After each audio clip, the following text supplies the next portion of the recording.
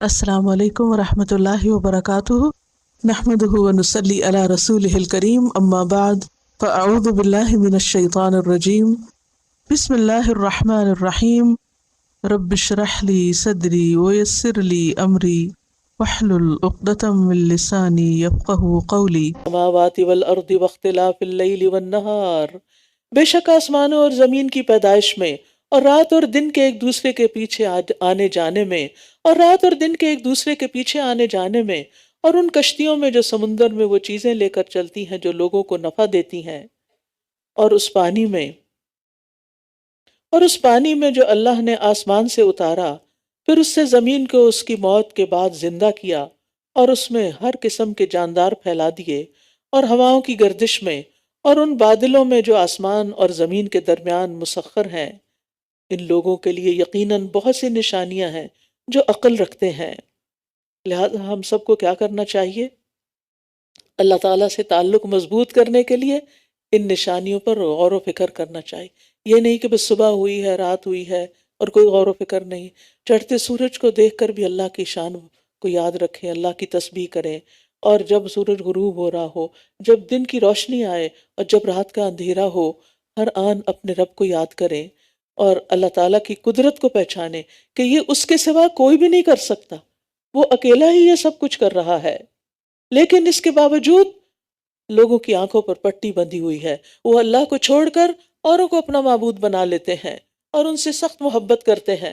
فرمایا اور لوگوں میں سے کچھ ایسے بھی ہیں جو اللہ کے سوا اوروں کا اس کا مد مقابل بنا لیتے ہیں، اور وہ ان سے ایسی محبت کرتے ہیں جیسی محبت اللہ سے ہونی چاہیے، اور وہ لوگ جو ایمان لائے وہ اللہ کی محبت میں سب سے زیادہ شدید ہیں۔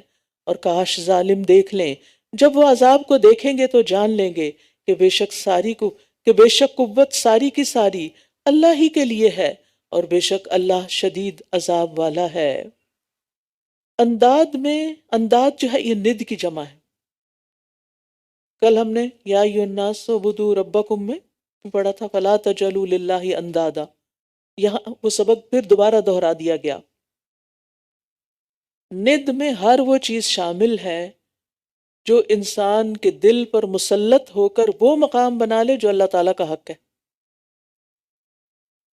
بت پرست جو ہیں وہ ان ہستیوں کی مورتیاں بنا کے ان کو پوجا کرتے تھے جن سے وہ محبت کرتے تھے۔ قبر پرست ان ہستیوں کی قبروں پر عمارتیں بنا کے ان کی پوجا کرتے ہیں جن سے وہ محبت کرتے ہیں، جن کی عظمت ان کے دلوں پہ چھائی ہوئی ہوتی ہے، بزرگوں کی، اور انہیں پھر نفع نقصان کا مالک سمجھتے ہیں، اور ان کی قبروں پر جا کر اپنی حاجتیں پیش کرتے ہیں، مصیبت کے وقت ان کو پکارتے ہیں اور ان سے فریادیں کرتے ہیں۔ غوث کا کیا مطلب ہے؟ فریاد رسی کرنے والا۔ کیا اللہ کے علاوہ بھی کوئی فریاد رسی کر سکتا ہے؟ ہمیں تو یہ سکھایا گیا یا حیو یا قیوم برحمتک استغیث، ہمیں تو کسی اور کو غوث بنانا ہی نہیں۔ اور پھر صرف غوث نہیں، غوث اعظم، نعوذ باللہ، یہ لفظ کبھی بولنا بھی نہیں چاہیے۔ ان کا نام عبد القادر جیلانی بولنا چاہیے، نہ کہ غوث اعظم۔ یہ بولنا بھی شرک ہو جاتا اگر ذہن میں وہی ہیں، لیکن ہم کبھی سوچتے ہی نہیں کہ ہم کیا کہہ رہے ہیں۔ پھر اسی طرح باقی بھی بہت سی مثالیں آپ کے سامنے اپنے معاشرے کی موجود ہیں کہ جن کی طرف توجہ دینے کی ضرورت ہے، کیونکہ شرک ایسا گناہ ہے جو قابل معافی نہیں۔ اور پھر آپ دیکھیں کہ پچھلی قوموں کے اندر بھی ایسی خرابیاں پیدا ہو گئی۔ اب دیکھیں تقریباً کئی سو سال کعبہ کے اندر بت رکھ دیے گئے، اور لوگ اس کے ساتھ ان بتوں کے ساتھ کعبہ کا طواف کرتے۔ اللہ جو ایک ہے اور جس کو اپنے ساتھ کسی کو شریک بنانے پر اتنا غصہ آتا ہے، اتنا اس کا غضب بھڑکتا ہے کہ قریب ہے کہ آسمان پھٹ پڑے اور زمین بھربری، پہاڑ پھٹ پڑے اور بھربرے ہو جائیں، لیکن اس کے باوجود اللہ نے برداشت کیا، اس شرک کو برداشت کیا، اور پھر اس کے خاتمے کے لیے ایک رسول بھیجا۔ ہم جب کسی کے اندر کوئی خرابی دیکھتے ہیں، شرک ہی دیکھتے ہیں، تو ہمارا حال کیا ہو جاتا ہے؟ ہمیں برداشت نہیں ہوتا۔ ہاں، ہمیں غصہ آنا چاہیے، ہمارے دل کو تکلیف ہونی چاہیے، لیکن طریقہ وہی اختیار کریں اصلاح کا جو نبی صلی اللہ علیہ وسلم کا تھا۔ اور آپ نے دیکھے کتنے دلوں کو مسخر کر لیا۔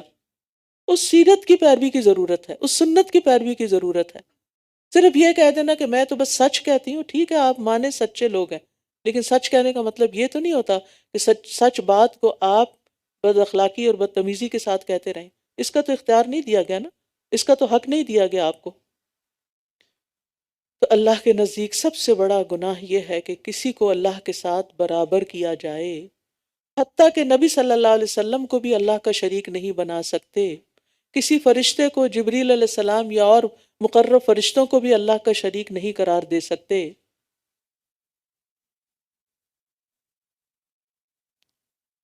اسی لیے اللہ کے علاوہ کسی اور کے نام کی قسم بھی نہیں کھا سکتے. اب ہوگا کیا قیامت کے دن؟ جب وہ لوگ جن کی پیروی کی گئی تھی ان لوگوں سے بیزار ہو جائیں گے جنہوں نے پیروی کی تھی، اور وہ سب عذاب دیکھ لیں گے، اور یہ سب عذاب دیکھ لیں گے، اور ان کے آپس کے تعلقات منقطع ہو جائیں گے. اور جن لوگوں نے پیروی کی تھی وہ کہیں گے کہ کاش ہمارے لیے ایک بار دنیا میں واپسی کا موقع ہو تو ہم بھی ان سے اسی طرح بیزار ہوں جس طرح یہ ہم سے بیزار ہو رہے ہیں. اس طرح اللہ ان کے اعمال ان پر حسرتیں بنا کر دکھائے گا، اور وہ آگ سے ہرگز نکلنے والے نہیں. کیوں؟ اس لیے کہ اللہ شرک کے گناہ کو کبھی بھی معاف نہیں کرے گا. پھر فرمایا یا ایہا الناس کلوا مما فی الارض حلالا طیبا. کتنا پیارا ہے نا ہمارا دین، ہمیں کھانے پینے کے بارے میں بھی آگاہی دیتا ہے. اے لوگو، زمین میں جو بھی حلال اور پاکیزہ چیزیں ہیں، صاف ستھری، کھاؤ، اور شیطان کے قدموں کی پیروی نہ کرو، بے شک وہ تمہارا کھلا دشمن ہے. شیطان دشمن ہے، اس کی دشمنی کہاں سے آتی ہے؟ انما یأمرکم بالسوء والفحشاء وان تقولوا علی اللہ ما لا تعلمون. وہ تو تمہیں برائی اور بے حیائی کا ہی حکم دیتا ہے، اور یہ کہ تم اللہ کے بارے میں ایسی بات کہو جو تم جانتے ہی نہیں ہو. سو سے مراد کوئی بھی برائی، کوئی بھی بری چیز، اور فحشاء سے مراد وہ برائی جو حد سے بڑی ہوئی ہوتی ہے. مثلا حد سے بڑا ہوا بخل، زنا، چوری، شراب، قتل، یہ سب فحشاء میں آتی ہیں. شیطان انسان سے یہ دونوں کام کرواتا ہے، اور شیطان کا کام ہی یہ ہے کہ وہ لوگوں سے اللہ کی نافرمانی کے کام کروائے، نیکی کے رستے میں بیٹھ کر خیر کے کاموں سے روکتا ہے. اور پھر اور کس چیز کا حکم دیتا ہے؟ کہ اللہ کے بارے میں ناحق باتیں کہو. اس لیے کبھی بھی یہ نہ کہیں اللہ تعالیٰ نے فرمایا جس کے بارے میں آپ کو یقین نہ ہو کہ وہ قرآن کی آیت ہے یا کوئی حدیث قدسی ہے. نبی صلی اللہ علیہ وسلم کی حدیث کو بھی آپ یہ نہیں کہہ سکتے اللہ تعالیٰ نے فرمایا. آپ یہ کہہ سکتے ہمارے دین میں ہے، مفہوم بتاتے وقت دین کی بات کر سکتے ہیں، لیکن کسی چیز کے بارے میں، اور ہم عام باتوں میں کہہ دیتے ہیں اللہ تعالیٰ نے کہا، پھر تم بھی دیکھ لو. کہاں سے سنا آپ نے کہ اللہ نے کہا یا نہیں کہا؟ تو اللہ تعالیٰ کے بارے میں لا علمی سے باتیں نہیں کرنی کہ اللہ تعالیٰ یہ فرماتا ہے، یہ کرتا ہے، یہ کہتا ہے. نہیں، جتنا اس نے اپنے بارے میں بتا دیا بس اتنا جاننا کافی ہے، اور اتنا ہی آگے کوٹ کر سکتے ہیں. اپنے پاس سے باتیں بنا کے اللہ کے نام پہ نہیں لگانی.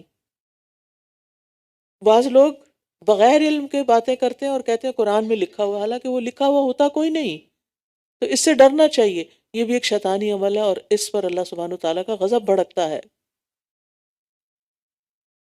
پھر فرمایا اور جب ان سے کہا جاتا ہے کہ اس کی پیروی کرو جو اللہ نے نازل کیا ہے، تو کہتے ہیں بلکہ ہم تو اسی کی پیروی کریں گے جس پر ہم نے اپنے باپ دادا کو پایا ہے. کیا اگر ان کے باپ دادا کچھ بھی نہ سمجھتے، کیا اگر ان کے باپ دادا نہ کچھ سمجھتے ہوں اور نہ ہدایت یافتہ ہوں پھر بھی انہی کی پیروی کریں گے؟ اور جن لوگوں نے کفر کیا ان کی مثال اس شخص کی طرح ہے جو ان جانوروں کو آواز دیتا ہے، جو پکار اور آواز کے سوا کچھ نہ سنتے ہوں. وہ بہرے ہیں، گنگے ہیں، اندھے ہیں، بس وہ سمجھتے نہیں. نعق کہتے ہیں بھیڑ بکریوں کو آواز دینا اور ڈانٹنا. یہاں کفار کی مثال دی گئی ہے کہ کفار حق بات سے بہرے، گنگے، اندھے بنے ہوئے ہیں، یعنی جاننے کے باوجود بھی وہ اس کو سنی انسنی کر رہے ہیں، دیکھنے آنکھیں رکھنے کے باوجود اللہ کی قدرت کی نشانیوں کو نہیں پہچانتے. اور دوسری بات یہ کہ ان کی مثال ان بے عقل جانوروں کی سی ہے جن کے گلے یا ریوڑ اپنے اپنے چرواہوں کے پیچھے چلتے ہیں اور بغیر سوچے سمجھے ان کی آواز پر حرکت کرتے ہیں. آپ دیکھیں، کبھی آپ نے دیکھا ہوگا کہ کسی شپرڈ کو دیکھا ہوگا کہ وہ کس طرح آواز دے رہا ہو، تو اس میں کوئی معنی تو نہیں ہوتا، ہمارے نزدیک تو اس کے کوئی الفاظ نہیں ہوتے، لیکن وہ چند آوازیں ہوتی ہیں جو بھیڑ بکریاں سنتی ہیں، اور جدھر وہ ان کو کہتا ہے ادھر وہ چل پڑتی ہیں۔ تو کچھ لوگ اسی طرح اپنے لیڈرز، اپنے پیشواؤں، اپنے بزرگوں کے پیچھے بے سوچے سمجھے چلے جاتے ہیں، نہ غور کرتے ہیں، نہ اس کی دلیل مانگتے ہیں۔ تو اس چیز سے بھی بچنے کی ضرورت ہے۔ یعنی جب آپ کسی کا کوئی لیکچر سنیں، کوئی خطبہ سنیں، اور کوئی بات آپ کو ایسی لگے کہ جو درست معلوم نہیں ہوتی، تو آپ دلیل لیں، آنکھیں بند کر کے کسی کی بھی پیروی نہ کریں۔ یا ایھا الذین آمنوا کلوا من طیبات ما رزقناکم واشکروا للہ ان کنتم ایاہ تعبدون۔ اے لوگو جو ایمان لائے ہو، جو پاکیزہ چیزیں ہم نے تمہیں عطا کی ہیں ان میں سے کھاؤ، اور اللہ کا شکر ادا کرو اگر تم واقعی اسی کی عبادت کرتے ہو۔ پھر حکم آ گیا، ایمان کا تقاضا ہے کیا؟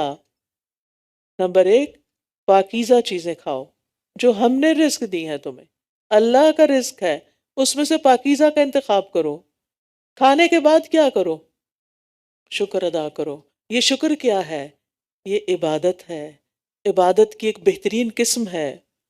لہٰذا حدیث میں آتا ہے کہ جب کوئی شخص اللہ پانی کا گھونٹ پیتا ہے یا لقمہ کھاتا ہے اور اس کے بعد الحمدللہ کہتا ہے، تو اس کے لیے اس پر بھی، یعنی مفہوم بتا رہی، اس کے لیے اس پر بھی اجر لکھ دیا جاتا ہے۔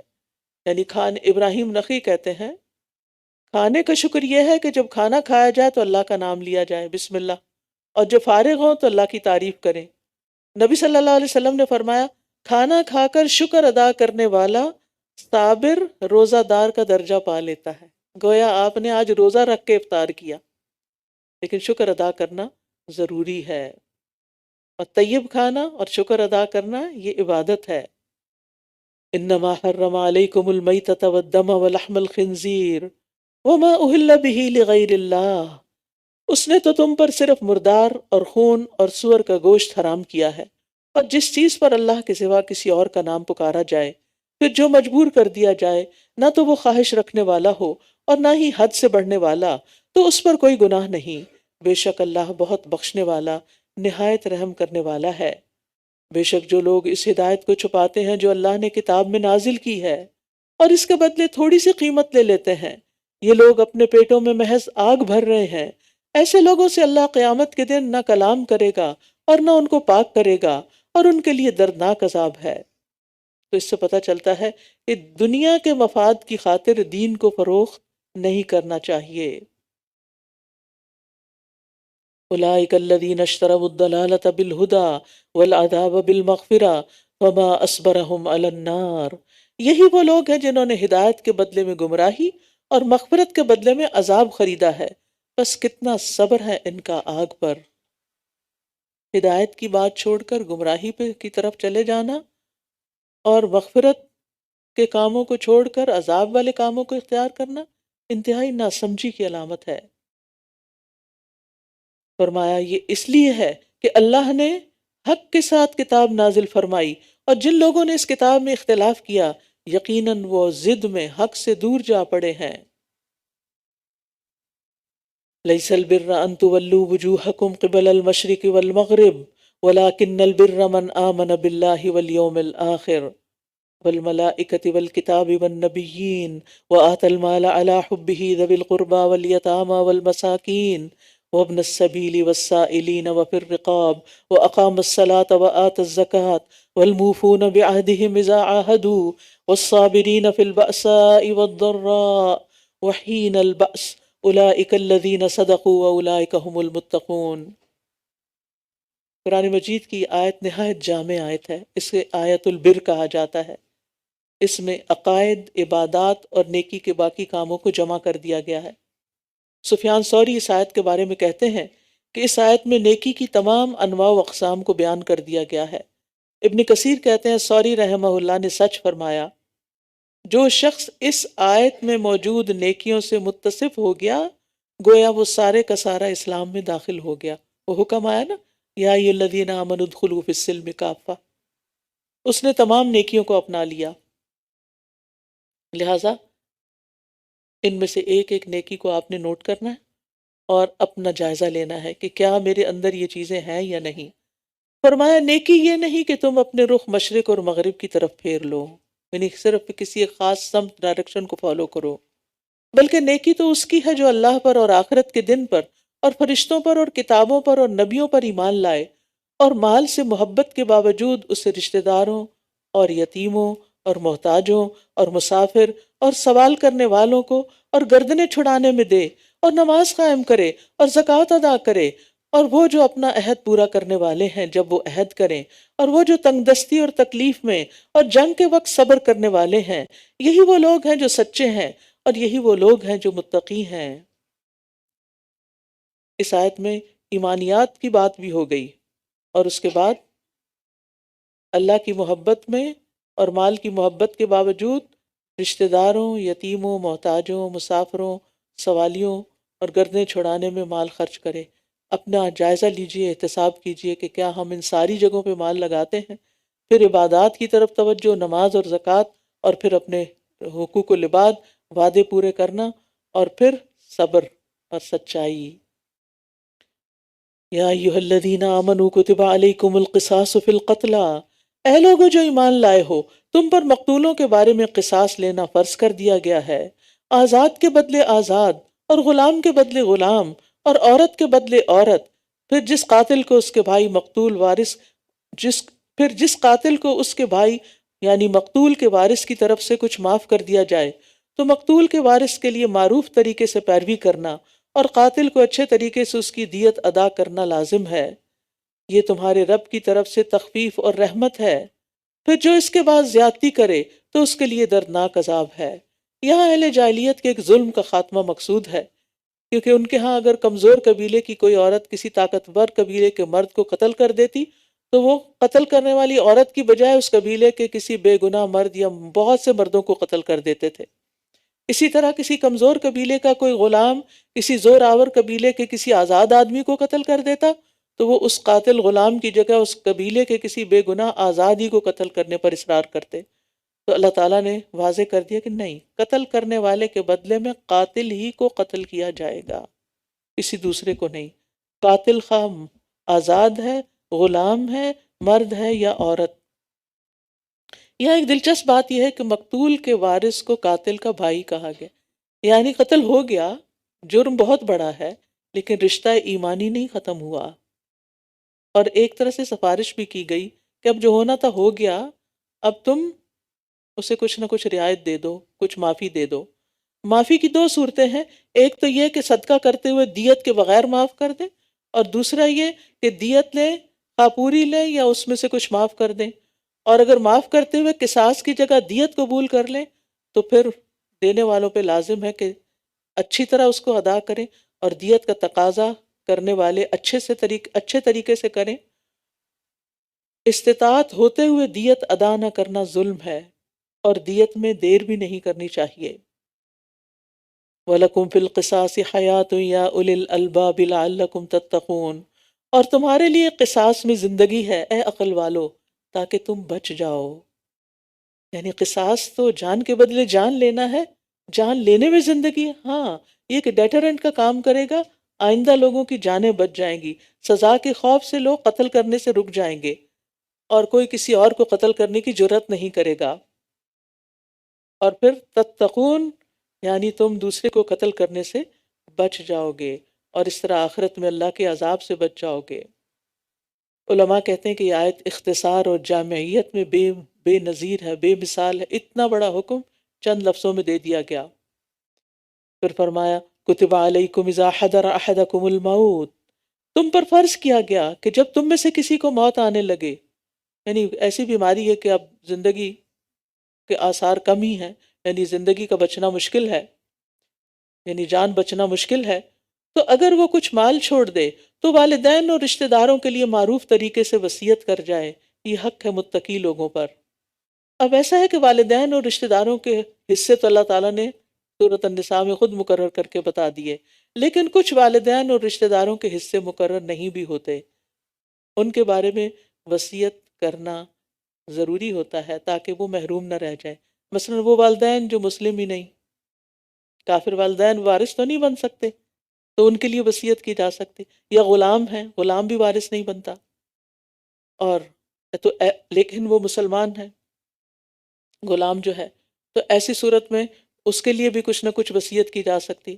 اسی طرح دادا دادی، نانا نانی، جن کا کوئی پرسان حال نہیں، تو والدین کے ہونے کے ناطے ان کے حق میں بھی وصیت لازم ہے، کیونکہ اگر والدین ہو تو وہ اوپر پھر نہیں جا سکتی وراثت، تو ایسی صورت میں ان کے لیے کچھ وصیت کر دی جائے۔ اسی طرح کسی شخص کے بیٹوں کی موجودگی میں پوتے پوتیاں وارث نہیں ہو سکتے، تو پھر ان کو وصیت کے ذریعے کچھ دیا جا سکتا ہے۔ یعنی ایسے پوتوں کے حق میں وصیت فرض ہے جن کا والد فوت ہو چکا ہو اور ان کا جائیداد میں حصہ نہ بنتا ہو، تو ان کے لیے کچھ نہ کچھ مال وقف کر، یعنی کہ وصیت کے طور پر مختص کر دیا جائے۔ وَمَن بَدَّلَهُ بَعْدَ مَا سَمِعَهُ فَإِنَّمَا إِثْمُهُ عَلَى الَّذِينَ يُبَدِّلُونَهُ إِنَّ اللَّهَ سَمِيعٌ عَلِيمٌ۔ پھر جو شخص اس وصیت کو سننے کے بعد اسے بدل ڈالے تو بے شک اس کا گناہ ان لوگوں پر ہے جو اس کو بدلیں گے، بلا شبہ اللہ بہت سننے والا، بہت جاننے والا ہے۔ السمیع، بہت سننے والا، اس کی سماعت سے کوئی چیز بھی دور نہیں، چونٹی کے چلنے کی آواز ہو یا کسی اور چیز کی اس سے بھی کم، کوئی اللہ کی تعریف کرے، حمد پکارے یا کوئی شکوہ کرے، سب کی باتیں سن رہا ہوتا ہے۔ اور سم بمانہ اجابت یعنی قبول کرنے کے بھی آئے ہیں۔ پھر اگر کسی کو وصیت کرنے والے کی طرف سے کسی طرف داری یا گناہ کی وصیت کرنے کا اندیشہ ہو تو وہ ان میں باہم اصلاح کرا دے تو اس پر کچھ گناہ نہیں، بے شک اللہ بے حد بخشنے والا، نہایت رحم کرنے والا ہے۔ یا ایہا الذین آمنوا کتب علیکم الصیام، اے لوگو جو ایمان لائے ہو، تم پر روزے رکھنا فرض کر دیا گیا ہے جیسے تم سے پہلے لوگوں پر فرض کیا گیا تھا۔ کیوں روزے رکھو؟ تاکہ تم متقی بن جاؤ، یہ ہے اصل مقصود۔ تو روزہ تقوی کے حصول کا، یعنی تقوی کے اتنے فوائد اور بے شمار ثواب اور اجر بتائے جاتے ہیں، تو سوچتا ہے انسان کہ کیونکہ انسان کی نجات کا نثار تقوی، تقوی حاصل کیسے ہو؟ تقوی روزے سے حاصل ہوتا ہے اور بہت بڑا ذریعہ ہے، کیونکہ اس میں نفس کو کنٹرول کیا جاتا ہے۔ روزہ شہوت کو توڑتا ہے، انسان کے تکبر کو ختم کرتا ہے۔ تو جتنا زیادہ تقوی ہوگا اتنا زیادہ مقام ہوگا، کیونکہ نبی صلی اللہ علیہ وسلم سے پوچھا گیا لوگوں میں سب سے زیادہ معزز کون ہے؟ آپ نے فرمایا لوگوں میں سب سے زیادہ معزز وہ ہے جو سب سے زیادہ تقوی والا ہو۔ اللہ کی نگاہ میں ان اکرمکم عند اللہ اتقاکم، لہذا تقوی کا حصول ضروری ہے۔ اور یہ رمضان کا مہینہ جو آنے ہی والا ہے نا، انشاءاللہ لگتا ہے پورا مہینہ روزے رکھنے ہوں گے۔ جی ہاں، پورا مہینہ، لیکن چند دن ہے بس گنتی کے، ایام معدودات، گنتی کے چند دن ہیں۔ پھر جو کوئی تم میں سے بیمار ہو یا سفر پر ہو تو دوسرے دنوں میں گنتی پوری کر لے، تو وہ دوسرے دنوں سے گنتی پوری کر لے۔ اور جو لوگ طاقت رکھتے ہوں وہ ایک مسکین کا کھانا فدیے میں دے دیں۔ بس جو کوئی خوشی سے نیکی کرے تو وہ اسی کے لیے بہتر ہے، اور یہ کہ تم روزہ رکھو تمہارے حق میں بہتر ہے اگر تم جانتے ہو۔ شہر رمضان الذی انزل فیہ القرآن ھدی للناس وبینات من الھدی والفرقان، رمضان وہ مہینہ ہے جس میں قرآن نازل کیا گیا ہے، اللہ کی بہت بڑی نعمت جو لوگوں کے لیے سراپا ہدایت ہے، اور اس میں حق و باطل میں فرق کرنے کے واضح دلائل ہیں۔ تو جو کوئی تم میں سے اس مہینے کو پائے اسے چاہیے کہ اس کے روزے رکھے، اور جو بیمار ہو یا سفر میں ہو تو دوسرے دنوں میں گنتی پوری کر لے۔ اللہ تمہارے ساتھ آسانی چاہتا ہے اور وہ تمہارے ساتھ تنگی کا ارادہ نہیں رکھتا، اور تاکہ تم گنتی پوری کر لو، اور تاکہ جو اس نے تمہیں ہدایت بخشی تم اس پر اللہ کی بڑائی بیان کرو، اور تاکہ تم شکر ادا کرو۔ کس بات پر شکر؟ کہ اللہ نے ہمارے لیے سہولت بھی رکھی ہے۔ اور پھر جب رمضان ختم ہو جائے تو تکبیرات کہہ کے اللہ کی بڑائی بیان کرو کہ اللہ نے رمضان کا مہینہ اچھا گزار دیا، روزے پورے ہو گئے، اور اب عید منانے کا وقت ہے۔ اور عید کے دن بوسٹنگ نہیں، تکبر اور فخر نہیں کہ ہم نے پورے روزے رکھے اور ہم نے 10 قرآن ختم کیے ہیں، بلکہ بڑائی اللہ کی ہے جس نے ہمیں توفیق دی ہے۔ وَإِذَا سَأَلَكَ عِبَادِي أَنِّي فَإِنِّي قَرِيبٌ، اور جب میرے بندے آپ سے میرے بارے میں سوال کریں تو بے شک میں قریب ہی ہوں، میں پکارنے والے کی پکار کا جواب دیتا ہوں، جب بھی وہ مجھے پکارے، لہٰذا انہیں چاہیے کہ یہ بھی میری بات قبول کریں اور مجھ پر ایمان لائیں تاکہ یہ ہدایت پائیں۔ یاد رکھیے، روزہ دار کی دعا رد نہیں ہوتی، خصوصاً رمضان میں روزے کی حالت میں دعا کی قبولیت زیادہ بڑھ جاتی ہے، اور افطار کا وقت تو قبولیت کا وقت ہوتا ہے۔ اس وقت گھر میں ہنگامہ مچانے کی بجائے دعا مانگنے پر توجہ رکھنی چاہیے۔ نبی صلی اللہ علیہ وسلم نے فرمایا 3 آدمیوں کی دعا رد نہیں کی جاتی، ان میں سے ایک روزے دار کی، یہاں تک کہ وہ اس کو افطار کر لے۔ نبی صلی اللہ علیہ وسلم نے یہ بھی فرمایا کہ رمضان کے ہر دن اور ہر رات اللہ تبارک و تعالیٰ کی طرف سے کچھ لوگوں کو جہنم سے خلاصی نصیب ہوتی ہے، اور ہر دن رات میں مسلمان کی ایک دعا ایسی ضرور ہوتی ہے جو قبول ہو جائے۔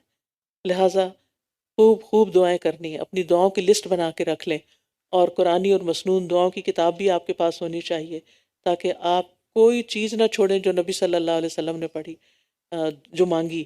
اور دعائیں ایپ تو آپ سب کے پاس ہوگی ہی انشاءاللہ، کیونکہ اس میں ہم نے پوری کوشش کی ہے کہ جتنی زیادہ سے زیادہ دعائیں جمع کر سکیں وہ کر دیں، تو انشاءاللہ آپ کو بے حد فائدہ ہوگا، کیونکہ موبائل تو جگر کا ٹکڑا ہے، ہر جگہ ساتھ ہوتا ہے، اس لیے کچھ مس نہیں ہونے والا، جہاں بھی خیال آئے فوراً دعا کرنا شروع ہو جائے۔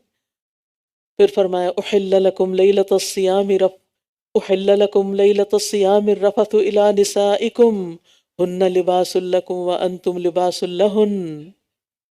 روزوں کی راتوں میں تمہارے لیے اپنی عورتوں کے پاس جانا حلال کر دیا گیا ہے، وہ تمہارے لیے لباس ہیں اور تم ان کے لیے لباس ہو۔ لباس کیا کرتا ہے؟ زینت بخشتا ہے، پروٹیکشن دیتا ہے، کمفرٹ دیتا ہے، عیب چھپاتا ہے، خوبصورتی بخشتا ہے۔ لہذا شوہر اور بیوی کا رشتہ بہت ہی پیارا رشتہ ہوتا ہے، دونوں ایک دوسرے کی کمی بیشی کو دور کرتے ہیں، ایک دوسرے کے لیے کمپلیمنٹری رول ادا کرتے ہیں، ایک دوسرے کی خطاؤں کو معاف کرتے ہیں، ایک دوسرے کے ساتھ رہتے ہیں جیسے لباس اور جسم ساتھ رہتا ہے۔ اللہ جانتا ہے کہ تم اپنے نفسوں سے خیانت کر رہے تھے، تو اس نے تم پر مہربانی کی اور تمہیں معاف کر دیا۔ یعنی پہلے جب ابھی حکم نہیں آیا تھا پاس جانے کا، فزیکل ریلیشن شپ کا، تو کچھ لوگ اس ایسا کچھ کر لیتے تو پھر وہ گلٹی فیل کرتے تھے۔ فرمایا پس اب تم ان سے مباشرت کرو، اور جو اللہ نے تمہارے لیے لکھ رکھا ہے اسے تلاش کرو۔ یعنی عورت صرف ایک پلیجر کی چیز نہیں بلکہ اولاد بھی اس کا حق ہے، اور پھر جو اللہ نے تمہارے لیے اولاد لکھی ہے اس اولاد کی بھی خواہش رکھو، اور کھاؤ اور پیو یہاں تک کہ تمہارے لیے فجر کے وقت صبح کی سفید دھاری رات کی سیاہ دھاری سے واضح ہو جائے، پھر رات تک روزہ پورا کرو۔ سحری اور افطار کے اوقات بتائے جا رہے ہیں۔ اور جب تم مسجدوں میں اعتکاف کی حالت میں ہو تو ان سے مباشرت نہ کرو۔ مسجد ایک مقدس مقام ہے، اس کا اپنا ادب اور احترام ہے، اور اس کے اندر مخصوص کام کرنے کے ہیں، ہر کام کرنے کا نہیں۔ یہ اللہ کی حدود ہیں، بس ان کے قریب بھی نہ جانا۔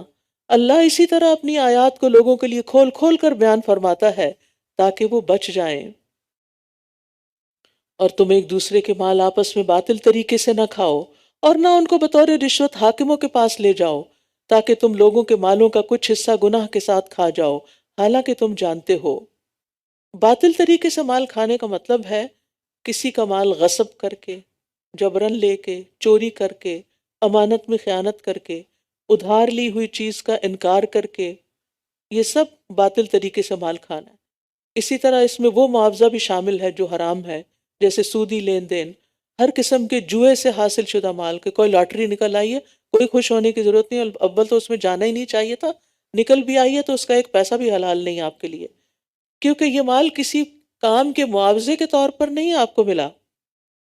پھر اسی طرح خرید و فروخت اور اجارت اور خرید و فروخت کے معاملات، بزنس میں دھوکہ دینا، ملاوٹ کے ذریعے مال حاصل کرنا، مزدوروں سے کام لینا پھر ان کی اجرت کھا جانا، یہ بھی باطل طریقے سے مال بچانا ہے۔ اسی طرح لوگوں کا زکوٰۃ، صدقات، اوقاف اور وصیتوں کا مال کھا جانا، یعنی کرپشن کے ذریعے، بیت المال کے اندر کرپشن کے ذریعے، یہ بھی اسی میں داخل ہے۔ تو جو اس مال کے مستحق نہیں یا مستحق تھے مگر اپنے حق سے زیادہ وصول کر لیا، یہ بھی درست نہیں۔ اسی طرح وراثت میں کسی کا حق نہ دینا اس کو، اور زبردستی اس پہ قبضہ جما لینا. بے شمار صورتیں ہیں یعنی جو مال آپ کا حق نہیں وہ آپ کے لیے اس کی طرف دیکھنا بھی جائز نہیں. وہ جس کا ہے اللہ اسی کو نصیب کرے.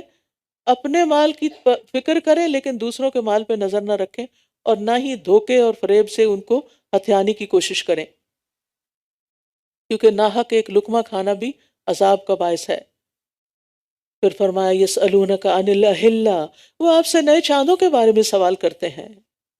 اب نیا چاند نکلنے والا ہے، کوشش کیجئے رمضان کا چاند دیکھیں. کہہ دیجئے کہ وہ لوگوں کے لیے عبادت اور حج کے اوقات معلوم کرنے کے لیے ہیں، اور نیکی یہ نہیں کہ تم گھروں میں ان کے پیچھے سے آؤ، بلکہ نیکی اس کی ہے جو تقوی اختیار کرے، اور گھروں میں ان کے دروازوں سے آیا کرو اور اللہ سے ڈرو تاکہ تم فلاح پاؤ. انصار کی عادت یہ تھی کہ جب وہ حج یا عمرے کے لیے جاتے اور احرام پہن لیتے تو پھر اگر کوئی کام بھی پڑ جاتا گھر میں جانے کا واپس آنے کا تو دروازے سے نہیں آتے تھے، بیک سائڈ سے آتے تھے، بیک ڈور سے آتے یا دیوار پھلانگ کے آتے. تو یہ ان کی خود ساختہ رسم تھی. اس سے منع کر کے ایک بڑی خوبصورت بات سکھا دی گئی کہ وَأْتُوا الْبُيُوتَ مِنْ أَبْوَابِهَا. صرف اتنی سی بات جو ہے نا اس میں بے شمار حکمت ہے. ہر کام سیدھے رخ سے کرو، سیدھے طریقے سے کرو، ہر کام کو اس کا حق دو، یعنی دو نمبر ہی نہ کرو جس سے کہتے ہیں نا عام الفاظ میں. یعنی جو کام ہے جس طریقے پر ہونا چاہیے، جو کسی کے ساتھ پرامس کیا ہے اس کے مطابق کرو. اور اللہ کی راہ میں ان لوگوں سے لڑو جو تم سے لڑتے ہیں، اور زیادتی نہ کرو، بے شک اللہ زیادتی کرنے والوں سے محبت نہیں کرتا. کسی پر بھی زیادتی نہیں، حتیٰ کہ اپنے دشمن کے ساتھ بھی زیادتی نہیں.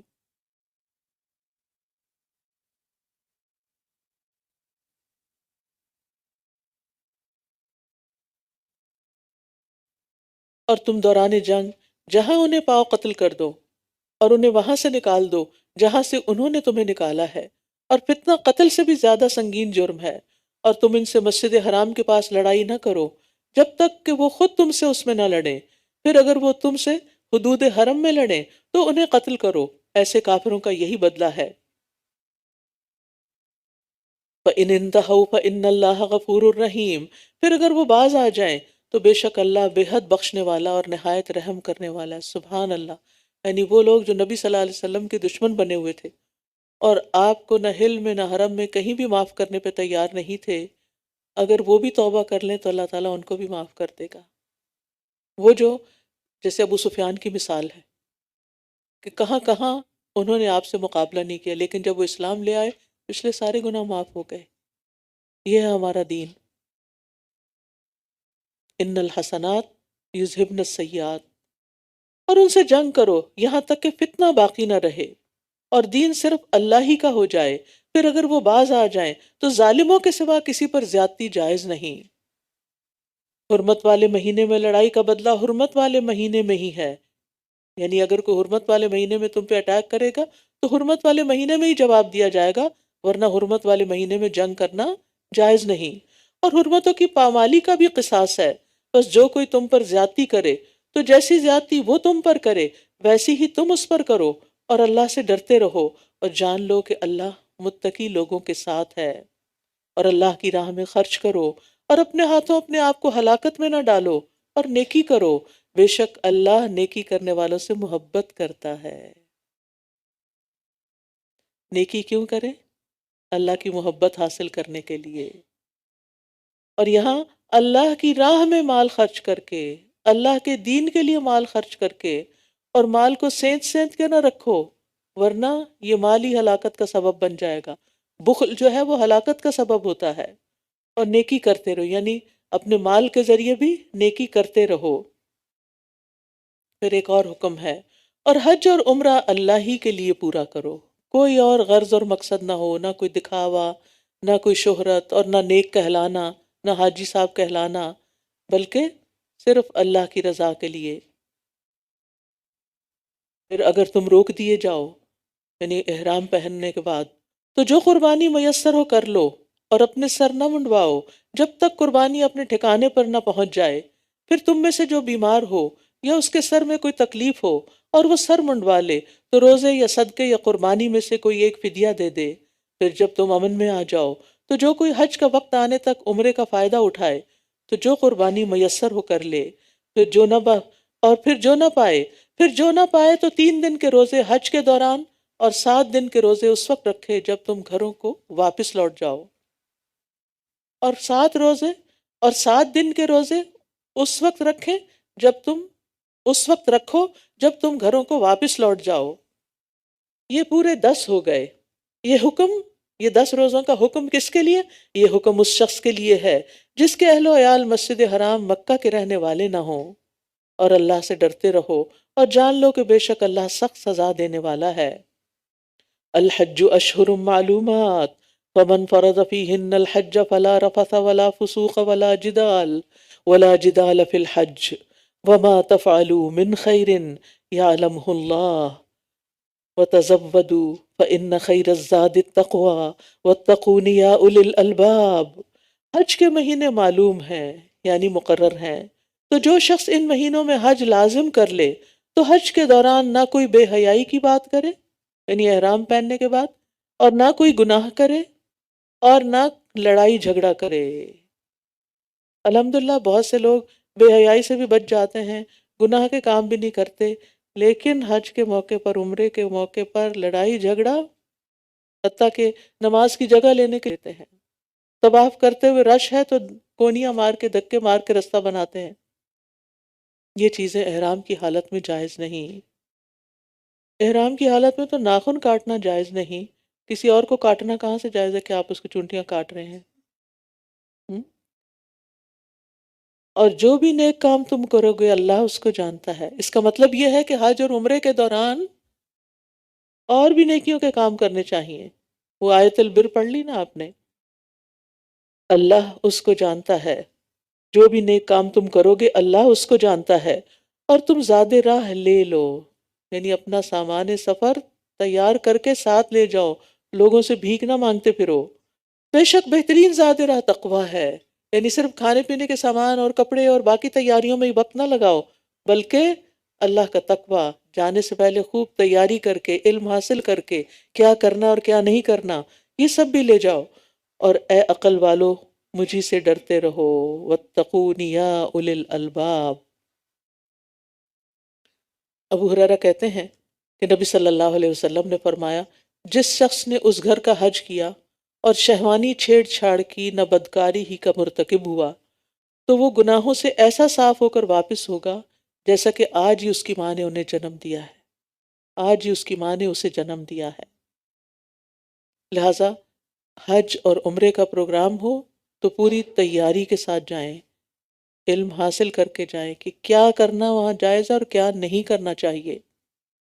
پھر فرمایا لیس علیکم جناح ان تبتغوا فضلا من ربکم فاذا افضتم من عرفات فاذکروا اللہ عند المشعر الحرام واذکروہ کما ہداکم وان کنتم من قبلہ لمن الضالین۔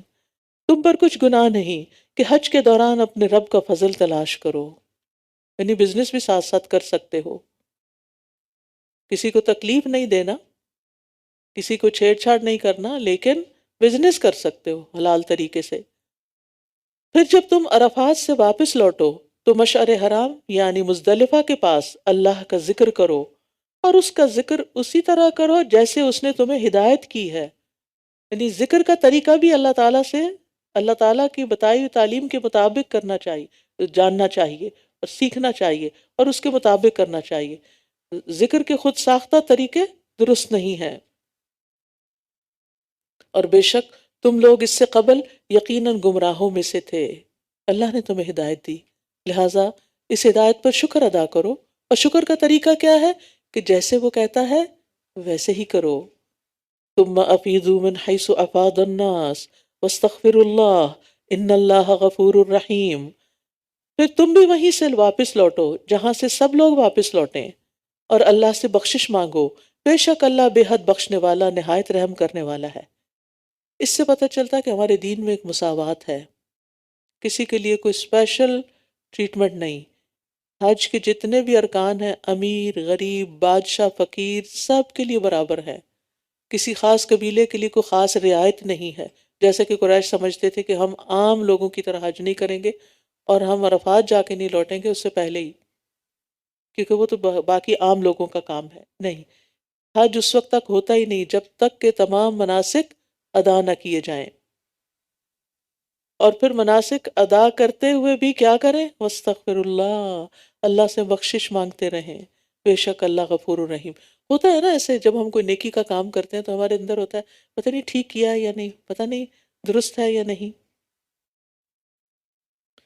اور آپ دیکھیں کہ حج ہو یا عمرہ ہو یا رمضان کا مہینہ ہو، ہمیں ہمارے لیے علم حاصل کرنا بے حد ضروری ہے۔ مثلا آج ہم نے رمضان کی آیتیں پڑھی ہیں، تو یہ شہر رمضان کتاب آپ کے میں سے ہر ایک کے پاس ہونی چاہیے کہ اس سے کرنے کے کام آپ کو پتہ چلیں گے کہ کیا کیا کرنا لازم ہے۔ اور رمضان میں کوشش کریں کہ اپنے بچوں کے ساتھ بیٹھ کر ایک ایک صفحہ ان کے ساتھ دہرا لیں، تاکہ وہ رمضان کی ریکوائرمنٹ سے یعنی کہ مانوس ہو جائیں کہ انہیں کیا کرنا ہے اور کیا نہیں کرنا۔ کیونکہ بعض اوقات ہم نماز پڑھ رہے ہوتے ہیں، ہمیں یہ نہیں پتا ہوتا کیا کرنا اور کیا نہیں کرنا، اس میں کرنے کے بہت سے مستحب کام جس سے نماز کی کوالٹی بہت بہتر ہو سکتی ہے، وہ ہمیں نہیں پتا ہوتے، اور اس میں کئی ایسی چیزیں ہوتی ہیں جو ہم کر رہے ہوتے ہیں جس سے نماز باطل ہو جاتی ہے، وہ نہیں پتا ہوتا، تو اس کے لیے جاننا بہت ضروری ہے۔ فَإِذَا قَضَيْتُم مَّنَاسِكَكُمْ فَاذْكُرُوا اللَّهَ كَذِكْرِكُمْ آبَاءَكُمْ أَوْ أَشَدَّ ذِكْرًا۔ پھر جب تم اپنے حج کے مناسک پورے کر چکو تو اللہ کو ایسے یاد کرو جیسے تم پہلے اپنے باپ دادا کو یاد کرتے تھے، بلکہ اس سے بھی زیادہ یاد کرو۔ پھر لوگوں میں سے کوئی ایسا ہے جو کہتا ہے اے ہمارے رب ہمیں دنیا میں ہی بھلائی دے دے، اور اس کے لیے آخرت میں کوئی حصہ نہیں ہوتا۔ کچھ لوگ حج عمرے پر صرف دنیا مانگتے ہیں، آخرت کی دعا نہیں کرتے۔ وَمِنْهُمْ مَنْ يَقُولُ وَمِنْهُمْ مَنْ يَقُولُ رَبَّنَا آتِنَا فِي الدُّنْيَا حَسَنَةً وَفِي الْآخِرَةِ حَسَنَةً وَقِنَا عَذَابَ النَّارِ۔ اور ان میں سے کوئی ایسا ہے جو کہتا ہے اے ہمارے رب ہمیں دنیا میں بھی بھلائی عطا فرما اور آخرت میں بھی بھلائی عطا فرما، اور ہمیں آگ کے عذاب سے بچا، یعنی بھلائیوں کے ساتھ ساتھ جہنم کی آگ سے بچا۔ دنیا کی بھلائیوں سے کیا مراد ہے؟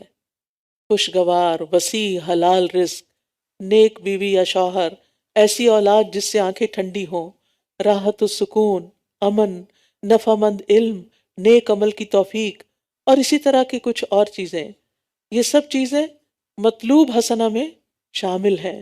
اور آخرت کی حسنہ، موت کا وقت آسان ہو جائے، قبر میں روشنی ہو، قبر کے عذاب سے سلامتی ہو، حشر اور جہنم کی سزا سے سلامتی ہو، اللہ کی رضا حاصل ہو، اور نعمتوں کا حصول اور اللہ کا دیدار حاصل ہو، اللہ کا قرب نصیب ہو، جیسے حضرت آسیہ نے دعا مانگی تھی رب ابن لی عندک بیتا فی الجنہ۔ یہ آخرت کی نعمت ہے۔ نبی صلی اللہ علیہ وسلم کی کثرت سے کی جانے والی دعاؤں میں سے ایک دعا ہے، لہٰذا اس کو اپنے پاس کہیں نوٹ کر لیں۔ مثلا اگر نماز کی کوئی آپ نے گھر میں مخصوص جگہ بنائی ہوئی نا، اور اس کے ساتھ وال ہے یا کوئی ایسے جگہ ہے، تو اس میں ایسی چیزیں اسٹیکر پہ لکھ کے لگا لیں تاکہ آپ کو بھولے نہیں، ورنہ ہوتا ہے کہ ہم ہر وقت اتنی جلدی میں ہوتے ہیں کہ ہمیں چیزیں یاد ہی نہیں رہتی، آج پڑھا، ایک دن دعا مانگی، اگلے دن پھر بھول گئے۔ تو نماز کے بعد بھی آپ مانگ سکتے ہیں، لیکن اس کے علاوہ چلتے پھرتے بھی مانگ سکتے ہیں۔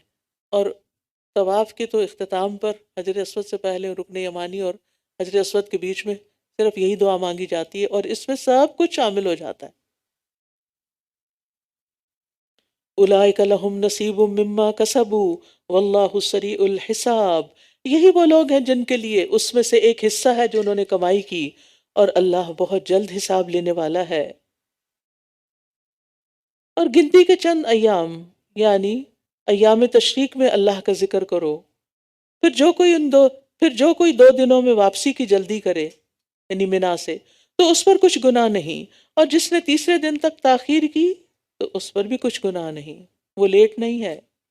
یہ اس کے لیے ہے جو تقوی اختیار کرے، اور تم اللہ سے ڈرتے رہو، اور جان لو کہ بے شک تم سب اسی کی طرف اکٹھے کیے جاؤ گے۔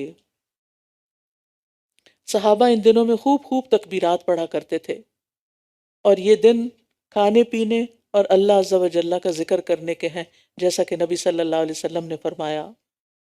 اور لوگوں میں سے کوئی ایسا بھی ہے جس کی گفتگو دنیا کی زندگی میں آپ کو بہت بھلی لگتی ہے، اور جو اس کے دل میں ہے اس پر وہ اللہ کو گواہ بناتا ہے، یعنی قسمیں کھاتا ہے، حالانکہ دراصل وہ کج بحثی کرنے میں شدید جھگڑالو ہے۔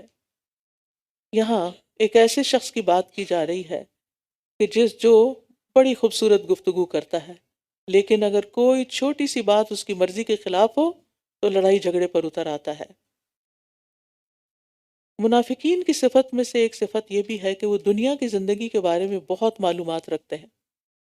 کسی بھی ٹاپک پہ بات کریں تو انسان حیران ہو جاتا ہے، لیکن اس کی باتوں میں نہ آخرت کی بات ہوتی ہے اور نہ ہی اس کا کچھ علم ہوتا ہے اس کے بارے میں، دین کی کوئی بات نہیں ہوتی۔ ابو ہریرہ کہتے ہیں رسول اللہ صلی اللہ علیہ وسلم نے فرمایا، اللہ تعالیٰ ہر سخت دل، متکبر، بخیل اور پیٹو انسان سے بغض رکھتا ہے، جو بازاروں میں شور کرنے والا، رات کو مردار اور دن کو گدھا ہے، دنیا کے معاملات کا عالم ہے، آخرت کے معاملات سے جاہل ہے۔ آخرت کے معاملات سے جہالت اللہ سبحانہ وتعالیٰ کو ناپسند ہے۔ اللہ تعالیٰ ایسے لوگوں سے نفرت کرتا ہے۔ دوسری بات جو اس آیت میں بتائی گئی کہ وہ اللہ کی قسمیں کھا کر اپنے ایمان اور اخلاص کا یقین دلاتا ہے تاکہ لوگ اس پر اعتبار کریں۔ تیسری بات یہ بتائی گئی کہ وہ الد الخصام ہے۔ الد کا معنی ہوتا ہے سخت جھگڑالو، اور خصام کا معنی جھگڑے میں سخت جھگڑالو، مطلب یہ کہ جب جھگڑے کا وقت آتا ہے تو بہت جھگڑا کرتا ہے۔ حضرت عائشہ کہتی ہیں کہ رسول اللہ صلی اللہ علیہ وسلم نے فرمایا، اللہ کے ہاں سب آدمیوں سے زیادہ مبغوض الد الخصم ہے، یعنی سخت جھگڑالو انسان۔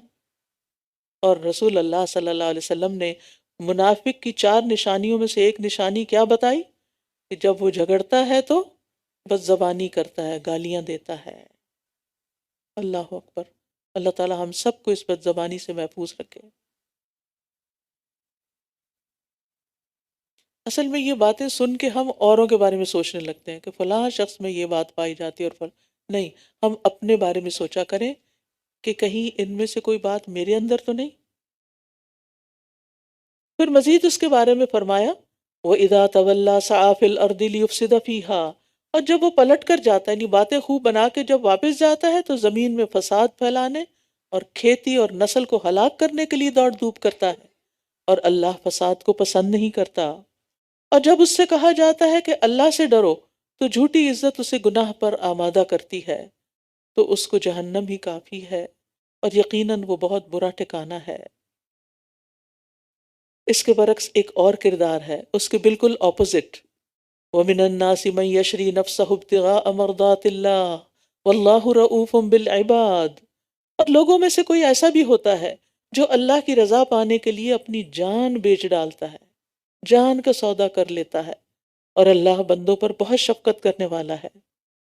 یعنی ایسا شخص، اوپر والا شخص دنیا حاصل کرنے کے لیے اپنے دین ایمان کو بیچ دیتا ہے، اور یہاں وہ شخص ہے جو اللہ کی رضا حاصل کرنے کے لیے جان و مال کا سودا کر لیتا ہے، کیونکہ ان اللہ اشتری من المؤمنین انفسهم واموالهم بان لهم الجنہ، بے شک اللہ نے مومنوں سے ان کی جانیں اور ان کے مال خرید لیے ہیں کیونکہ ان کے لیے جنت ہے۔ تو اس آیت کے اولین مصداق مہاجر صحابہ ہیں جنہوں نے اپنی جانیں خطرے میں ڈالی، اپنی جائیدادیں چھوڑی، اپنا وطن چھوڑا اور مدینہ چلے گئے، اور انصار جنہوں نے اپنی جان و مال سے مہاجرین کو مدد دی اور انہیں خوش آمدید کہا۔ تو یہ اللہ کی رضا حاصل کرنے والوں کی فضیلت بیان ہوئی ہے۔ نبی صلی اللہ علیہ وسلم نے فرمایا، انسان اللہ کی رضا حاصل کرتا ہے اور مسلسل اس میں لگا رہتا ہے تو اللہ عز و جل جبریل سے فرماتا ہے، میرا فلاں بندہ میری رضا کی تلاش میں ہے، آگاہ رہو کہ اس پر میری رحمت ہے۔ جبریل علیہ السلام کہتے ہیں کہ فلاں آدمی پر اللہ کی رحمت ہو، حاملین عرش بھی یہی کہتے ہیں، ان کے آس پاس کے فرشتے بھی یہی کہنے لگتے ہیں، حتیٰ کہ 7 آسمانوں والے بھی یہی کہنے لگتے ہیں۔ پھر یہ بات زمین پر اتار دی جاتی ہے۔ ایسے لوگوں کے ناموں کے ساتھ کیا لگتا ہے؟ رحمہ اللہ، رضی اللہ عنہ، حفظہ اللہ۔ لوگ اپنے دل سے ان کو دعائیں دیتے ہیں پھر، اور یہ دراصل اللہ ان کے دلوں پہ اتارتا ہے۔ تو ہمیں لوگوں میں پاپولر بننے کی کوشش نہیں کرنی چاہیے، ہمیں کوشش کرنی چاہیے اللہ کو راضی کرنے کی۔ اللہ راضی، رب راضی تھے، سب راضی، تو سبھی راضی ہو جائیں گے، آسمان کے فرشتے بھی اور زمین کے لوگ بھی۔ ہاں یہ الگ بات ہے کہ کوئی ایک شخص بھی ایسا نہیں ہوتا کہ جس کی پوری دنیا تعریف کرے۔ کچھ لوگ ایسے ہوتے ہیں جلے سڑے کہ جو کسی کی خوبی کو نہیں دیکھ پاتے، برداشت ہی نہیں کر سکتے، انہوں نے کوئی نہ کوئی نقص نکالنا ہی ہوتا ہے۔ تو ایسے لوگوں سے کنارہ کشی کیجیے کہ جو آپ کا کانفیڈنس خراب کریں، ان کی باتوں پہ توجہ ہی نہ دیجیے۔ پھر فرمایا یا ایھا الذین آمنوا ادخلوا فی السلم کافہ، اے لوگو جو ایمان لائے ہو اسلام میں پورے کے پورے داخل ہو جاؤ۔ اگر کوئی شخص گاڑی پہ سوار ہو، آدھا باہر آدھا اندر، تو کیا ہوتا ہے؟ بچ جاتا ہے یا ہلاک ہو جاتا ہے؟ تو پورے کے پورے اندر آ جاؤ، اور شیطان کے قدموں کی پیروی نہ کرو۔ شیطان کی باتیں نہیں ماننی، وہ تمہیں اسلام میں نہیں جانے دے گا، بے شک وہ تمہارا کھلا دشمن ہے۔ پھر اپنے پاس روشن دلائل آ جانے کے بعد بھی اگر تم پھسل گئے تو جان لو کہ اللہ سب پر غالب خوب حکمت والا ہے۔ کیا یہ لوگ اس بات کا انتظار کر رہے ہیں کہ اللہ ان پر بادل کے سائبانوں میں آ جائے اور فرشتے بھی آ جائیں اور کام تمام کر دیا جائے، اور سب کام اللہ ہی کی طرف لوٹائے جاتے ہیں؟ اس کا کیا مطلب ہے کہ یہ کب سدھریں گے؟ جب قیامت آ جائے گی، جب فیصلہ ہو جائے گا، پھر تو واپس پلٹنے کا موقع ہی نہیں ہوگا، اصلاح کا موقع ہی نہیں ہوگا۔ پھر فرمایا سل بنی اسرائیل کم آتیناہم من آیت بینہ، بنی اسرائیل سے پوچھئے کہ ہم نے ان کو کتنی ہی روشن نشانیاں دیں، اور جو شخص اللہ کی نعمت کو اپنے پاس آ جانے کے بعد بدل دے تو وہ یاد رکھے کہ بے شک اللہ سخت سزا والا ہے۔ کفر کرنے والوں کے لیے دنیا کی زندگی خوشنما بنا دی گئی، کیونکہ ان کے لیے صرف دنیا ہی دنیا ہے نا، اور وہ ان لوگوں سے تمسخر کرتے ہیں جو ایمان لائے، ایمان لانے والوں کو بے وقوف سمجھتے ہیں کہ یہ دین کی خاطر اپنا سب کچھ قربان کر دیتے ہیں، اور لوگوں کے سیٹ کیے ہوئے، انسانوں کے بنائے ہوئے راستوں پہ نہیں چلتے۔ حالانکہ جو لوگ تقوی اختیار کریں وہ قیامت کے دن ان سے اوپر ہوں گے، اور اللہ جسے چاہتا ہے بے حساب رزق دیتا ہے۔ اس لیے لوگوں کی باتوں اور لوگوں کے مذاق اڑانے کی پرواہ نہیں کرنی چاہیے، کرنا وہ چاہیے جس سے رب راضی ہوتا ہے، کیونکہ رب راضی ہوگا تو کچھ مل بھی جائے گا۔ لوگ راضی ہوں گے تو تھوڑی دیر کے بعد کوئی بات انہیں اچھی نہیں لگے گی تو ناراض بھی ہو جائیں گے۔ ساری زندگی گزر جاتی ہے لوگوں کو راضی کرنے میں، لیکن لوگ چھوٹی چھوٹی باتوں پہ ناراض ہو جاتے ہیں۔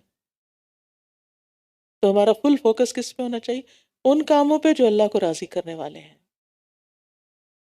پھر فرمایا کان الناس امتا واحدہ، ابتدا میں سب لوگ ایک ہی امت تھے، پھر وہ اختلاف کرنے لگے تو اللہ نے ان کی طرف خوشخبری دینے والے اور خبردار کرنے والے نبی بھیجے، اور ان کے ساتھ حق پر مبنی کتاب نازل کی تاکہ وہ لوگوں کے درمیان ان امور میں فیصلہ کر دیں جن میں انہوں نے اختلاف کیا، اور آپس کی ضد کی وجہ سے اس میں انہی لوگوں نے اختلاف کیا جن کو کتاب دی گئی تھی، اس کے بعد کہ ان کے پاس روشن دلائل آ چکے تھے۔ تو اللہ نے ایمان والوں کو اپنے اذن سے حق میں سے اس بات کی ہدایت دی جس میں انہوں نے اختلاف کیا تھا، اور اللہ جسے چاہتا ہے سیدھے رستے کی طرف ہدایت دیتا ہے۔ تو یہاں ایک بڑی اہم بات بتا دی گئی ہے کہ انسانیت کی ابتدا شرک سے نہیں ہوئی، یعنی سورج، چاند، آگ، ہوا، پانی اور انسانوں کی پرستش سے نہیں ہوئی، خالص توحید سے ہوئی۔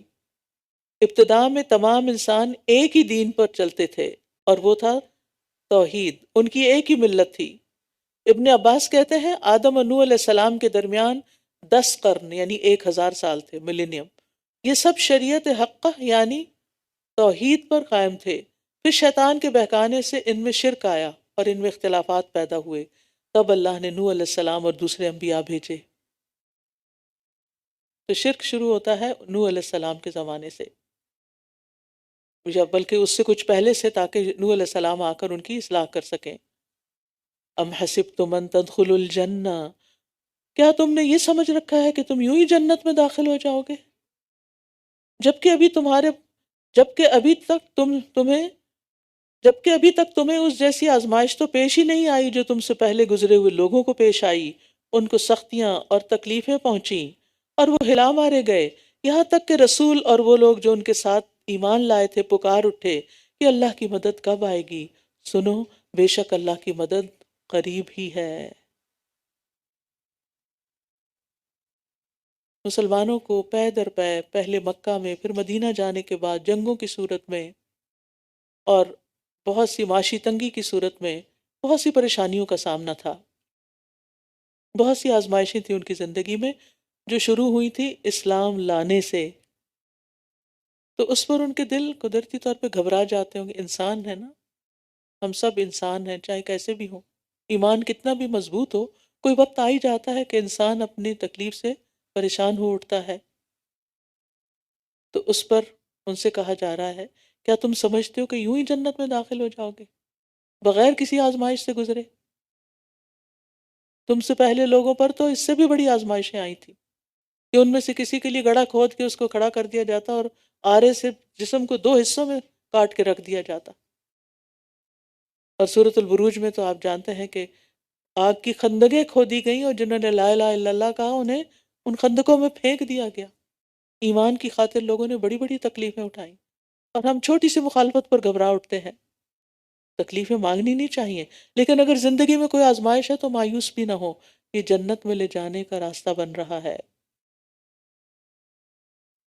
اللہ کی مدد قریب ہی ہے۔ یاد رکھیں جب سے ہم پیدا ہوئے ہیں اور جب سے ہم نے ہوش سنبھالا ہے ہم پر مختلف طرح کے امتحان آتے رہے، لیکن ہر آنے والا امتحان گزرتا ہی گیا گزرتا ہی گیا۔ ہر چیز کی ایک مدت ہوتی ہے، اس تکلیف کے وقت میں اللہ تعالیٰ ہمیں میچور کرتا ہے، اس سے ہمیں بہت کچھ سکھاتا ہے، ہمیں اپنے قریب کرتا ہے، ہمیں جنت کے قریب کرتا ہے، لیکن ہم جلدی چاہتے ہیں، ہمیں ہر چیز میں جلدی ہوتی ہے، جلدی سے بڑے ہو جائیں، جلدی سے جوان ہو، جلدی سے شادی ہو، شادی ہو کے جلدی سے بچے ہو جائیں، اب بچے جلدی سے بڑے ہو جائیں، جلدی سے جاب مل جائے، جلدی سے گاڑی مل جائے، جلدی سے گھر مل جائے، ہر چیز میں جلدی ہے ہمیں، اور یہ بے صبری ہے۔ یہ جلدی کیا ہے؟ بے صبری۔ صبر کیا ہے؟ مشکل وقت مشکل حالات کے ہونے کے باوجود اچھے دنوں کا انتظار کرنا اور اس پر بے قراری سے نکل آنا، اللہ کی رضا پہ راضی رہنا اور اللہ سے اچھی امیدیں رکھنا، مایوس نہیں ہونا کہ میری تو سنی نہیں جاتی، یہ شکوہ ہے اور شکوے اللہ کو پسند نہیں ہے۔ کیا آپ کو شکوے پسند ہیں؟ چاہے اپنے بچے ہی کریں شکوے، تو کسی کو کوئی دوست کرے، جب بھی کوئی شکوہ کرتا ہے چاہے پیار سے ہی شکوہ کرے، دل پہ بھاری گزرتا ہے نا۔ تو جو چیز ہمیں اپنے لیے اچھی نہیں لگتی وہ ہم نعوذ باللہ اللہ سبحانہ وتعالیٰ کے لیے کیسے جائز سمجھ لیتے ہیں۔ تو اللہ سے شکوے نہیں کرنے، اللہ سے دعائیں کرنی ہے، شکر ادا کرنا ہے کہ جس حال میں رکھے راضی ہے، وہ رب ہے نا، وہ مالک ہے، ہم تو اپنے مالک خود بھی نہیں ہیں، نہ اپنے حالات ہمارے بس میں ہے، تو رب سے خیر ہی مانگتے رہیں۔ اللہ، اور اس بات کو یاد رکھیں، اللہ ان نصر اللہ قریب، وہ وقت جلدی آ جائے گا، اور جب آ کے گزر جائے گا تو تمہیں یاد بھی نہیں رہے گا کہ اللہ نے تمہیں کیسی کیسی مشکلات سے نکالا۔